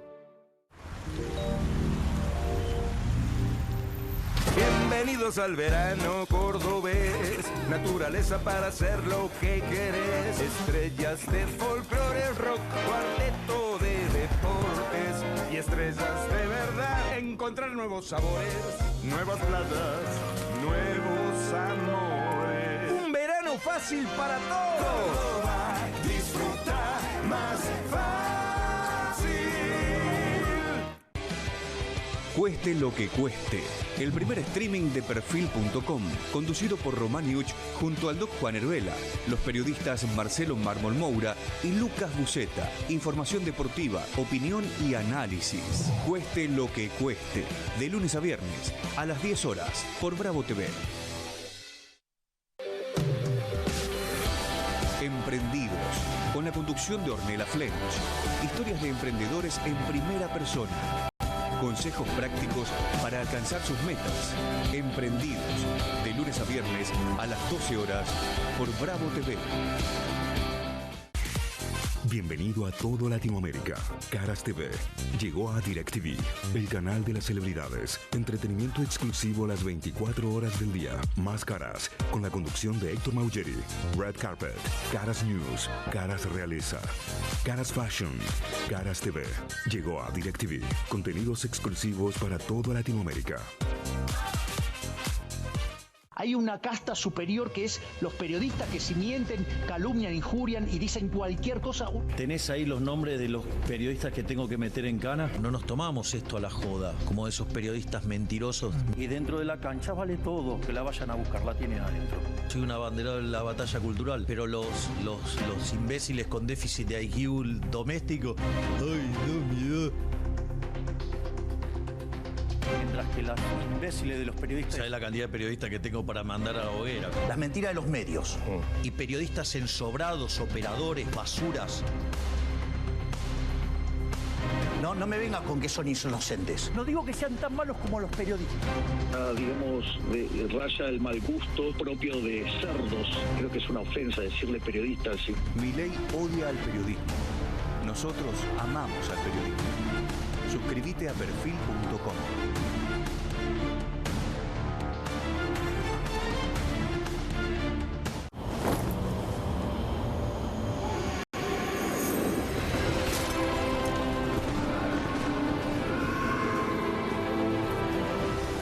Betano, divertite a otro nivel con el bono de bienvenida.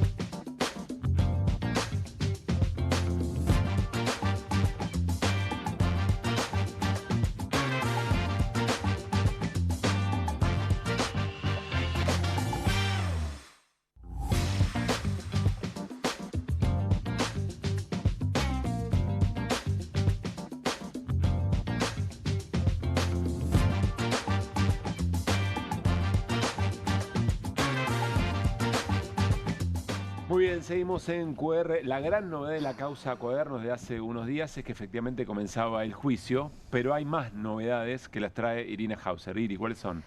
Parece que hay algunas, sobre todo algunos medios de comunicación o algún sector del poder preocupado por que la causa no estaría, el juicio no estaría avanzando con la celeridad imaginada. Mira vos. Y bueno, lo están pidiendo explícitamente, sobre todo Clarín y La Nación, diciendo cómo puede ser una audiencia por semana, que sean por Zoom, bueno... o sea, que sean virtuales, que las personas acusadas no estén en el... Que no estén ahí, que las audiencias se hagan de esa manera. ¿Cuándo va a terminar este juicio? Le falta decir cuándo van a condenar a Cristina Fernández de Kirchner, ¿no? Porque la verdad es que el mayor interés en esta causa, por lo menos de estos medios, es la figura de Cristina.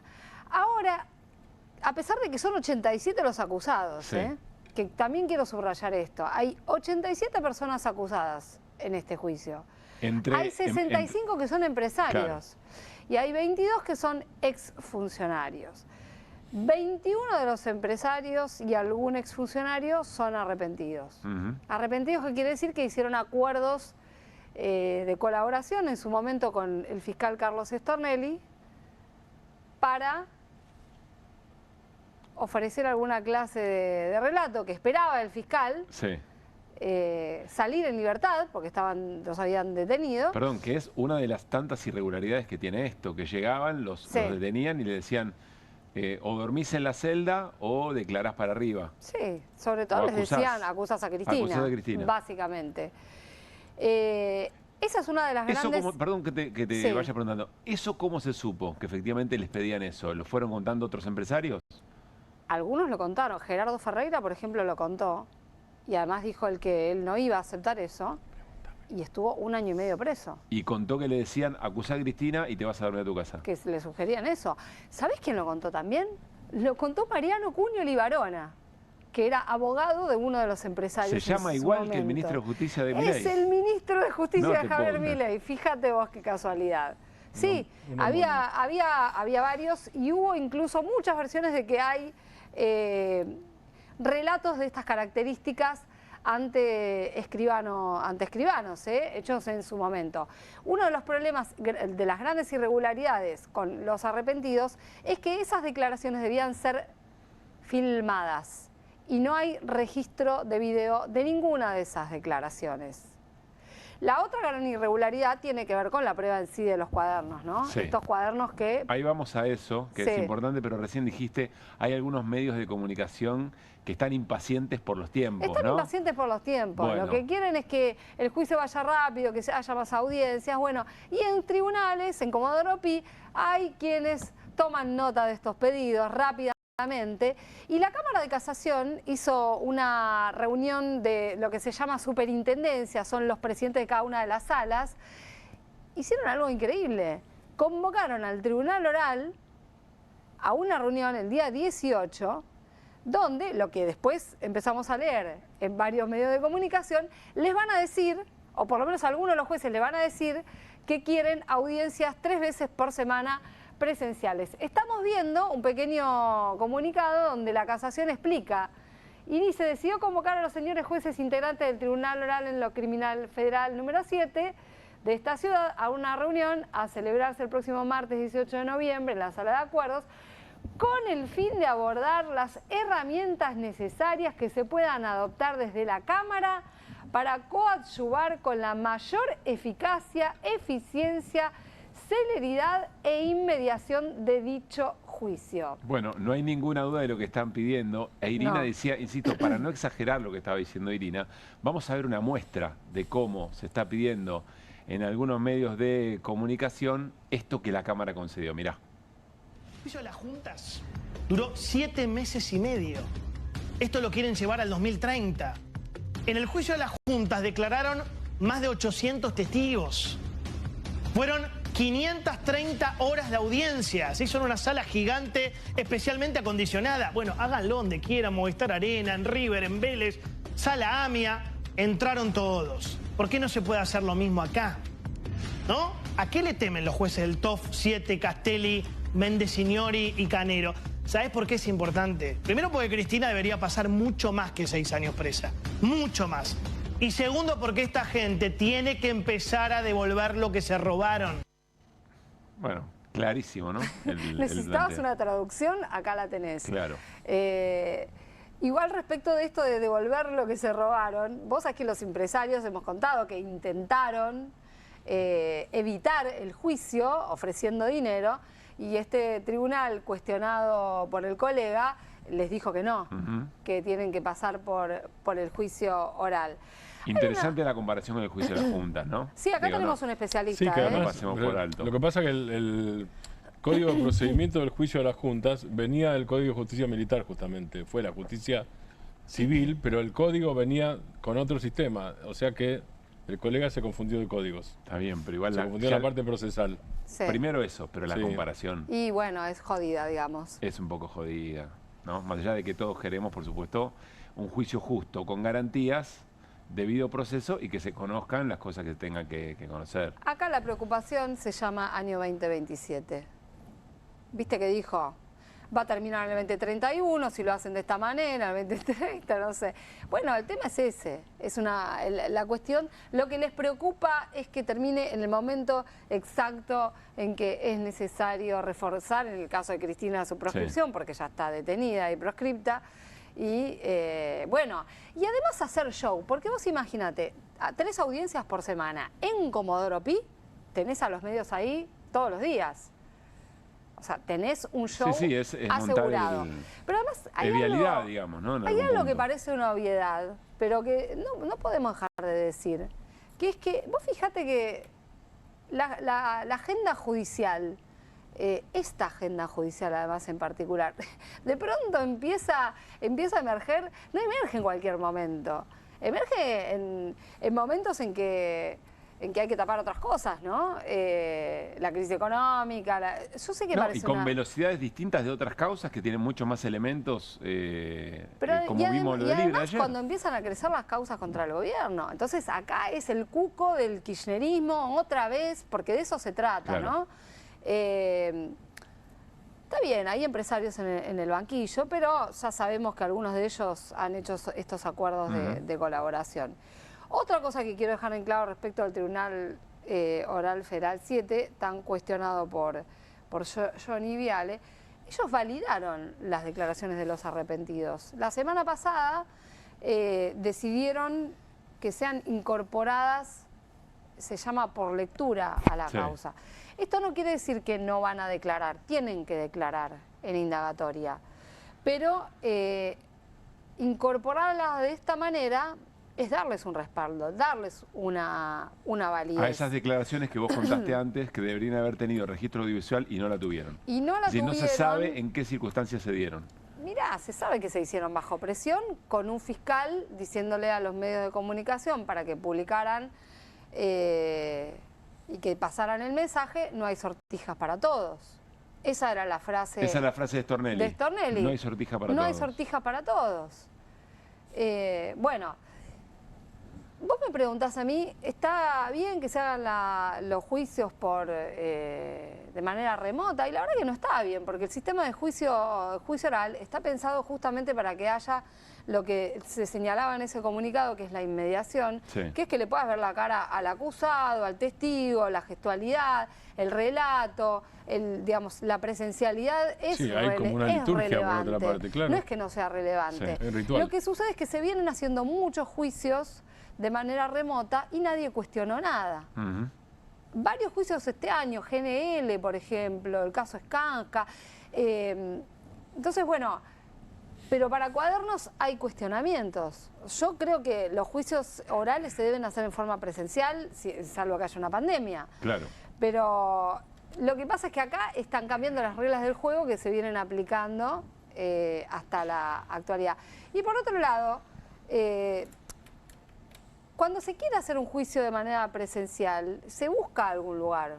De hecho, con algunos juicios de lesa humanidad, juicios grandes, se han buscado lugares, edificios públicos, no es que no. Acá hubo un acuerdo entre las partes, se hizo una audiencia antes de que comenzara el juicio, donde el acuerdo fue, todo el mundo se puso de acuerdo, o sea, 87 personas, o sea, 87 representaciones, en realidad son 2 abogados por cada uno. Y el acuerdo fue hacerlo de esta manera.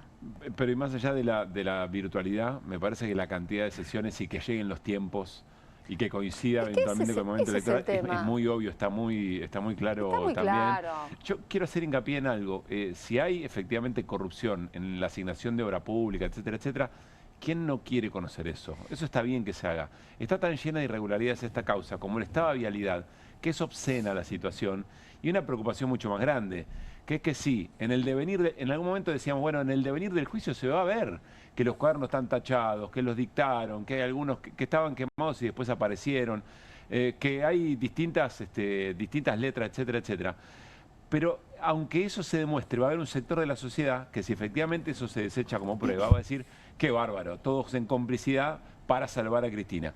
Y si la condenan a Cristina, el otro mitad de la sociedad va a decir, la están persiguiendo a Cristina. Esa es la encerrona de la que no podemos salir, me parece. No, bueno, es el problema de un juicio planteado de esta manera, que desde el primer minuto fue problemático. Claro. Pero que también fue para la tribuna, ¿no? Año 2018, la antesala de las elecciones del 2019. Con la fotocopia de los cuadernos, que se la queda a un fiscal que ni la manda a sorteo. Eso es una cosa increíble. O sea, todo lo que pasó es increíble. Y vas a ver las tachaduras de los cuadernos en el juicio oral y no va a pasar nada. Porque aparte ya las vimos un montón de veces. Claro. Las publicamos, las mostramos. Lo seguiremos de cerca, de todas maneras, y haremos lo que tendremos que hacer, Iri, como siempre. Vamos a otra pausa muy cortita, y cuando volvamos repasamos las palabras del secretario del Tesoro de Estados Unidos diciendo, miren, o intervenimos como en la Argentina, con dinero, con recursos del Tesoro, o si no, es a los tiros para evitar un Estado fallido como pasa con Venezuela. Y Martín nos va a contar, yo dije, el portaaviones más grande de Estados Unidos, no, el buque más grande del mundo. Y es un buque de guerra y viene para acá. Ahora lo vemos. Para vos, ¿cómo son los créditos personales Credicop? Y son rápidos. Lo pedí hoy. Me llevo esta. Credicop, alto crédito. La cuota, baja. Baja no, bajísima. Chicos, cuidado. Y sí, con Banco Credicop tenés los mejores créditos personales para hacer realidad esos proyectos que tanto esperabas. Movete a Credicop. Movete a un banco distinto. Banco Credicop Cooperativo. La banca solidaria. En Pilar, contamos con Mimuni, nuestra herramienta digital de atención ciudadana para solicitar turnos, realizar trámites y gestionar reclamos de manera ágil y cercana. Descárgate la app o chatea con nosotros por WhatsApp a través de 11 52 38 68 64. Las 24 horas del día. También podés acercarte a cualquiera de nuestros puntos Muni de lunes a viernes de 8 a 18 horas y los sábados de 9 a 15 horas. En Pilar, seguimos acercando el Estado a todos y todas las pilarenses. Pilar presente con futuro.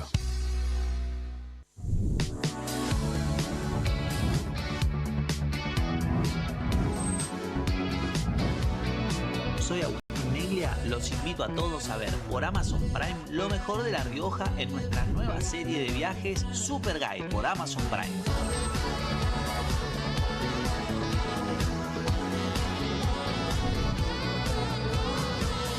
Una excursión increíble en La Rioja, ojalá que puedan venir algún día porque es una experiencia inigualable.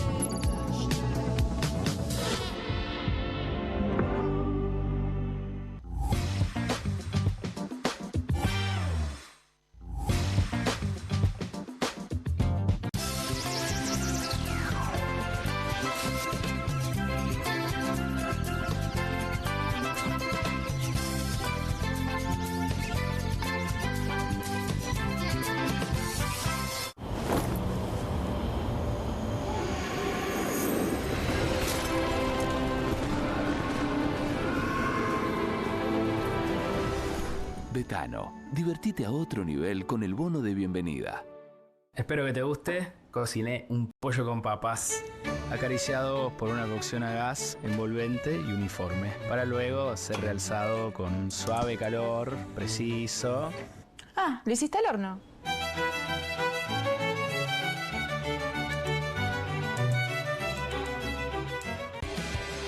Cueste lo que cueste. El primer streaming de Perfil.com, conducido por Román Yuch junto al Doc Juan Heruela, los periodistas Marcelo Mármol Moura y Lucas Buceta. Información deportiva, opinión y análisis. Cueste lo que cueste. De lunes a viernes, a las 10 horas, por Bravo TV. Emprendidos, con la conducción de Ornella Flench. Historias de emprendedores en primera persona. Consejos prácticos para alcanzar sus metas. Emprendidos, de lunes a viernes a las 12 horas por Bravo TV. Bienvenido a todo Latinoamérica. Caras TV llegó a DirecTV, el canal de las celebridades. Entretenimiento exclusivo las 24 horas del día. Más Caras, con la conducción de Héctor Maugeri. Red Carpet, Caras News, Caras Realeza, Caras Fashion, Caras TV. Llegó a DirecTV. Contenidos exclusivos para toda Latinoamérica. Hay una casta superior que es los periodistas que si mienten, calumnian, injurian y dicen cualquier cosa. ¿Tenés ahí los nombres de los periodistas que tengo que meter en cana? No nos tomamos esto a la joda, como esos periodistas mentirosos. Y dentro de la cancha vale todo, que la vayan a buscar, la tienen adentro. Soy un abanderado de la batalla cultural, pero los imbéciles con déficit de IQ doméstico, ¡ay, no, miedo! Mientras que los imbéciles de los periodistas... ¿Sabes la cantidad de periodistas que tengo para mandar a la hoguera? Las mentiras de los medios. Y periodistas ensobrados, operadores, basuras. No me venga con que son inocentes. No digo que sean tan malos como los periodistas. Digamos, raya el mal gusto propio de cerdos. Creo que es una ofensa decirle periodista así. Milei odia al periodismo. Nosotros amamos al periodismo. Suscríbete a Perfil.com.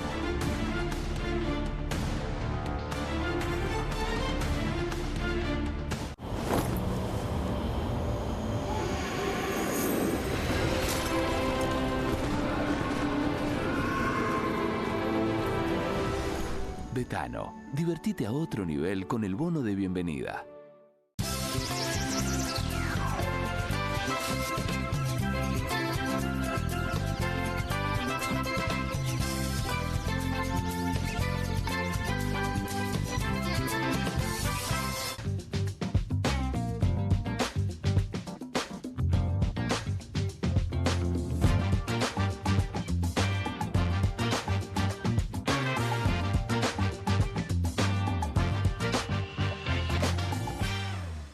¿Qué es esto que estamos viendo, Martín Granovsky? El portaaviones Gerald Ford.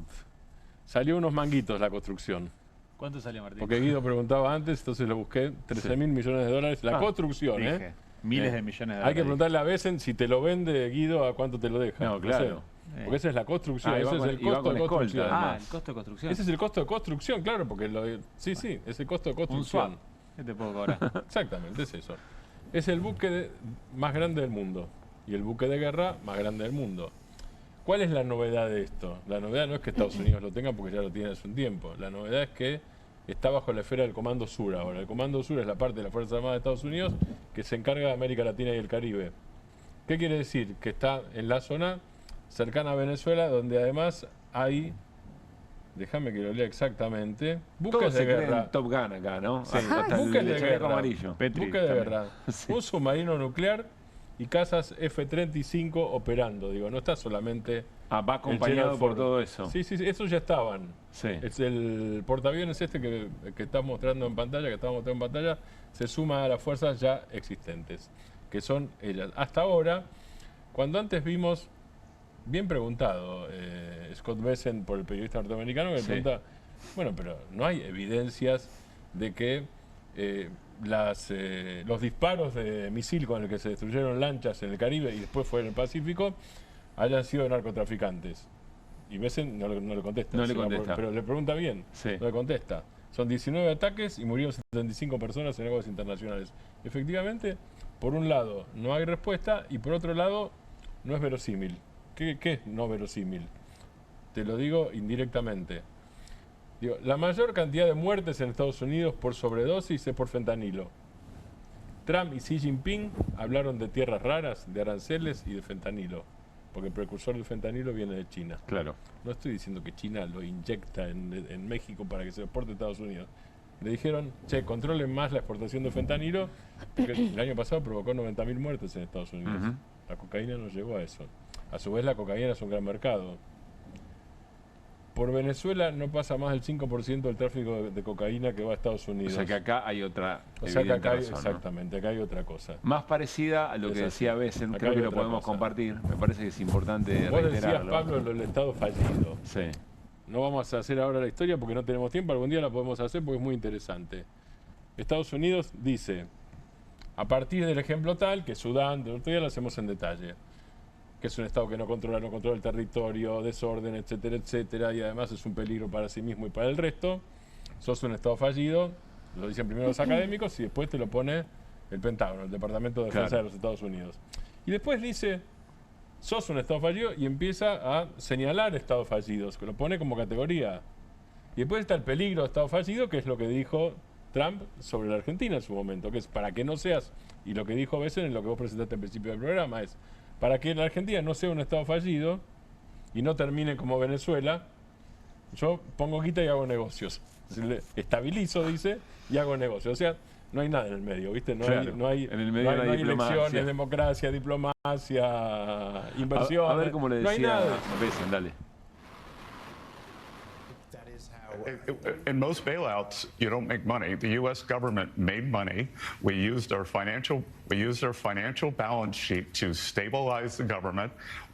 One of our great allies in Latin America, during an election, the president there won in a landslide. The government's going to make money, and I would rather use peace through economic strength than have to be shooting at narco boats coming offshore if the government collapsed. We have a generational opportunity in Latin America to create allies. La potencia de la paz económica, una cosa por el estilo, ¿no? O la paz de la potencia económica versus entrar a los tiros como... Versus, pero claro, lo que dice que es, yo, el gobierno de los Estados Unidos, puedo hacer las dos cosas y debo hacer las dos cosas. Entonces, en todo caso, hago una para no tener que hacer la otra como si fuera inevitable. De nuevo, claro. No hay otro, o sea, no se puede renegociar la deuda, por ejemplo, no se puede hacer quitas. Eso no existe. Eso no hay. Sí, o eventualmente que los países resuelvan no tener una injerencia. No, eso por supuesto, digo. Pero la vida democrática y las elecciones están abiertamente. Ya que Estados Unidos quiere ayudar a la estabilidad económica argentina, la estabilidad financiera, sobre todo, tendría una cantidad infernal de herramientas que además, para hacerlo. El mensaje, Martín, no es solamente para la Argentina, el mensaje es para toda la región. Así es. El portaaviones ese, ¿a dónde va exactamente? No me lo dijeron. O sea, está bajando, viene descendiendo. Hacia... El portaaviones ese llegó a la zona del Caribe. Sí. Es eso. ¿Hacia dónde van? Mostrarlo. Es mostrarlo. Después, no lo sé. El gobierno venezolano ya reaccionó, por supuesto, públicamente y dijo que tienen las baterías de defensa y los sistemas de defensa preparados permanentemente y obviamente rechaza todo tipo de injerencia, ya en estos casos militar, no solo política, sí, claro. ¿cierto? Es claro. así. Ahora, ¿qué puede pasar con eso? Nadie lo sabe. Por lo menos no hay. Esa información no está en ningún lado, lo voy a decir de otra manera. Alguien lo debe saber, quizás, no estoy seguro. Pero esa información no está en ningún lado. Lo que hay es una acumulación que es récord en décadas, ¿eh? Eso sí es nuevo. No es que esto pasa una vez por año. ¿Acumulación de? Acumulación de armas y armamento nuclear, el portaaviones, el submarino, los cazas. En décadas no se llegó a ese nivel en el Caribe. En décadas. Gracias, Martín. Vamos cerrando QR y lo hacemos con nuestro escroleo clásico. En este caso, Mauricio Macri, el expresidente de la Nación, parece que se cansó de algunas cosas. A ver. Y decirles que, bueno, que justamente hoy acá están premiando y reconociendo gente que trata siempre de hacer lo correcto, ¿no? Más allá de lo conveniente. Y creo que una sociedad se transforma en la que aspiramos y soñamos cuando hay mucha gente que actúa como corresponde, ¿no? En cada momento sin especular. Y la Argentina necesita eso, una dirigencia que finalmente transforme la potencialidad en realidad, porque estamos muy cansados de escuchar hace décadas que la Argentina podría ser como Australia, como Canadá, como tantas otras sociedades que han tenido éxito y le han dado oportunidades de progreso a todos sus ciudadanos. Y siempre se queda ahí, y donde falla no es en la gente, para mí falla en la dirigencia, porque faltan personajes como los destacados hoy que actúen como hay que actuar en cada momento, con el coraje que hace falta para defender las ideas correctas.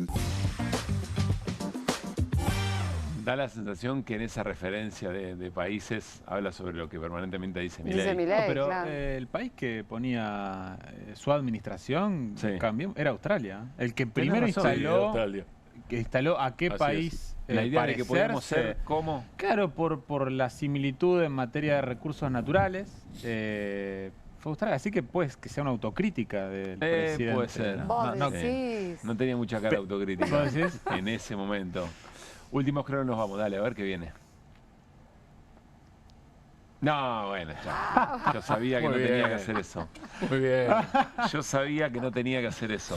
Pero no, Pablo. Hay que ver los dos. Saliste del punto inicial y volviste al punto inicial. No es fácil. Yo no hubiera podido hacer eso. No volver a ocurrir. Es como decía Milei con Fátima Flores, 540 era. Claro. Esto es 360. Espectacular, muchas gracias. Muy bien. Faltó 180 grados. Creo que la mayoría nos reencontramos mañana a la 10 de la noche, por ahí alguno que otro no. Pasaron la escoba. Que la pasen muy bien.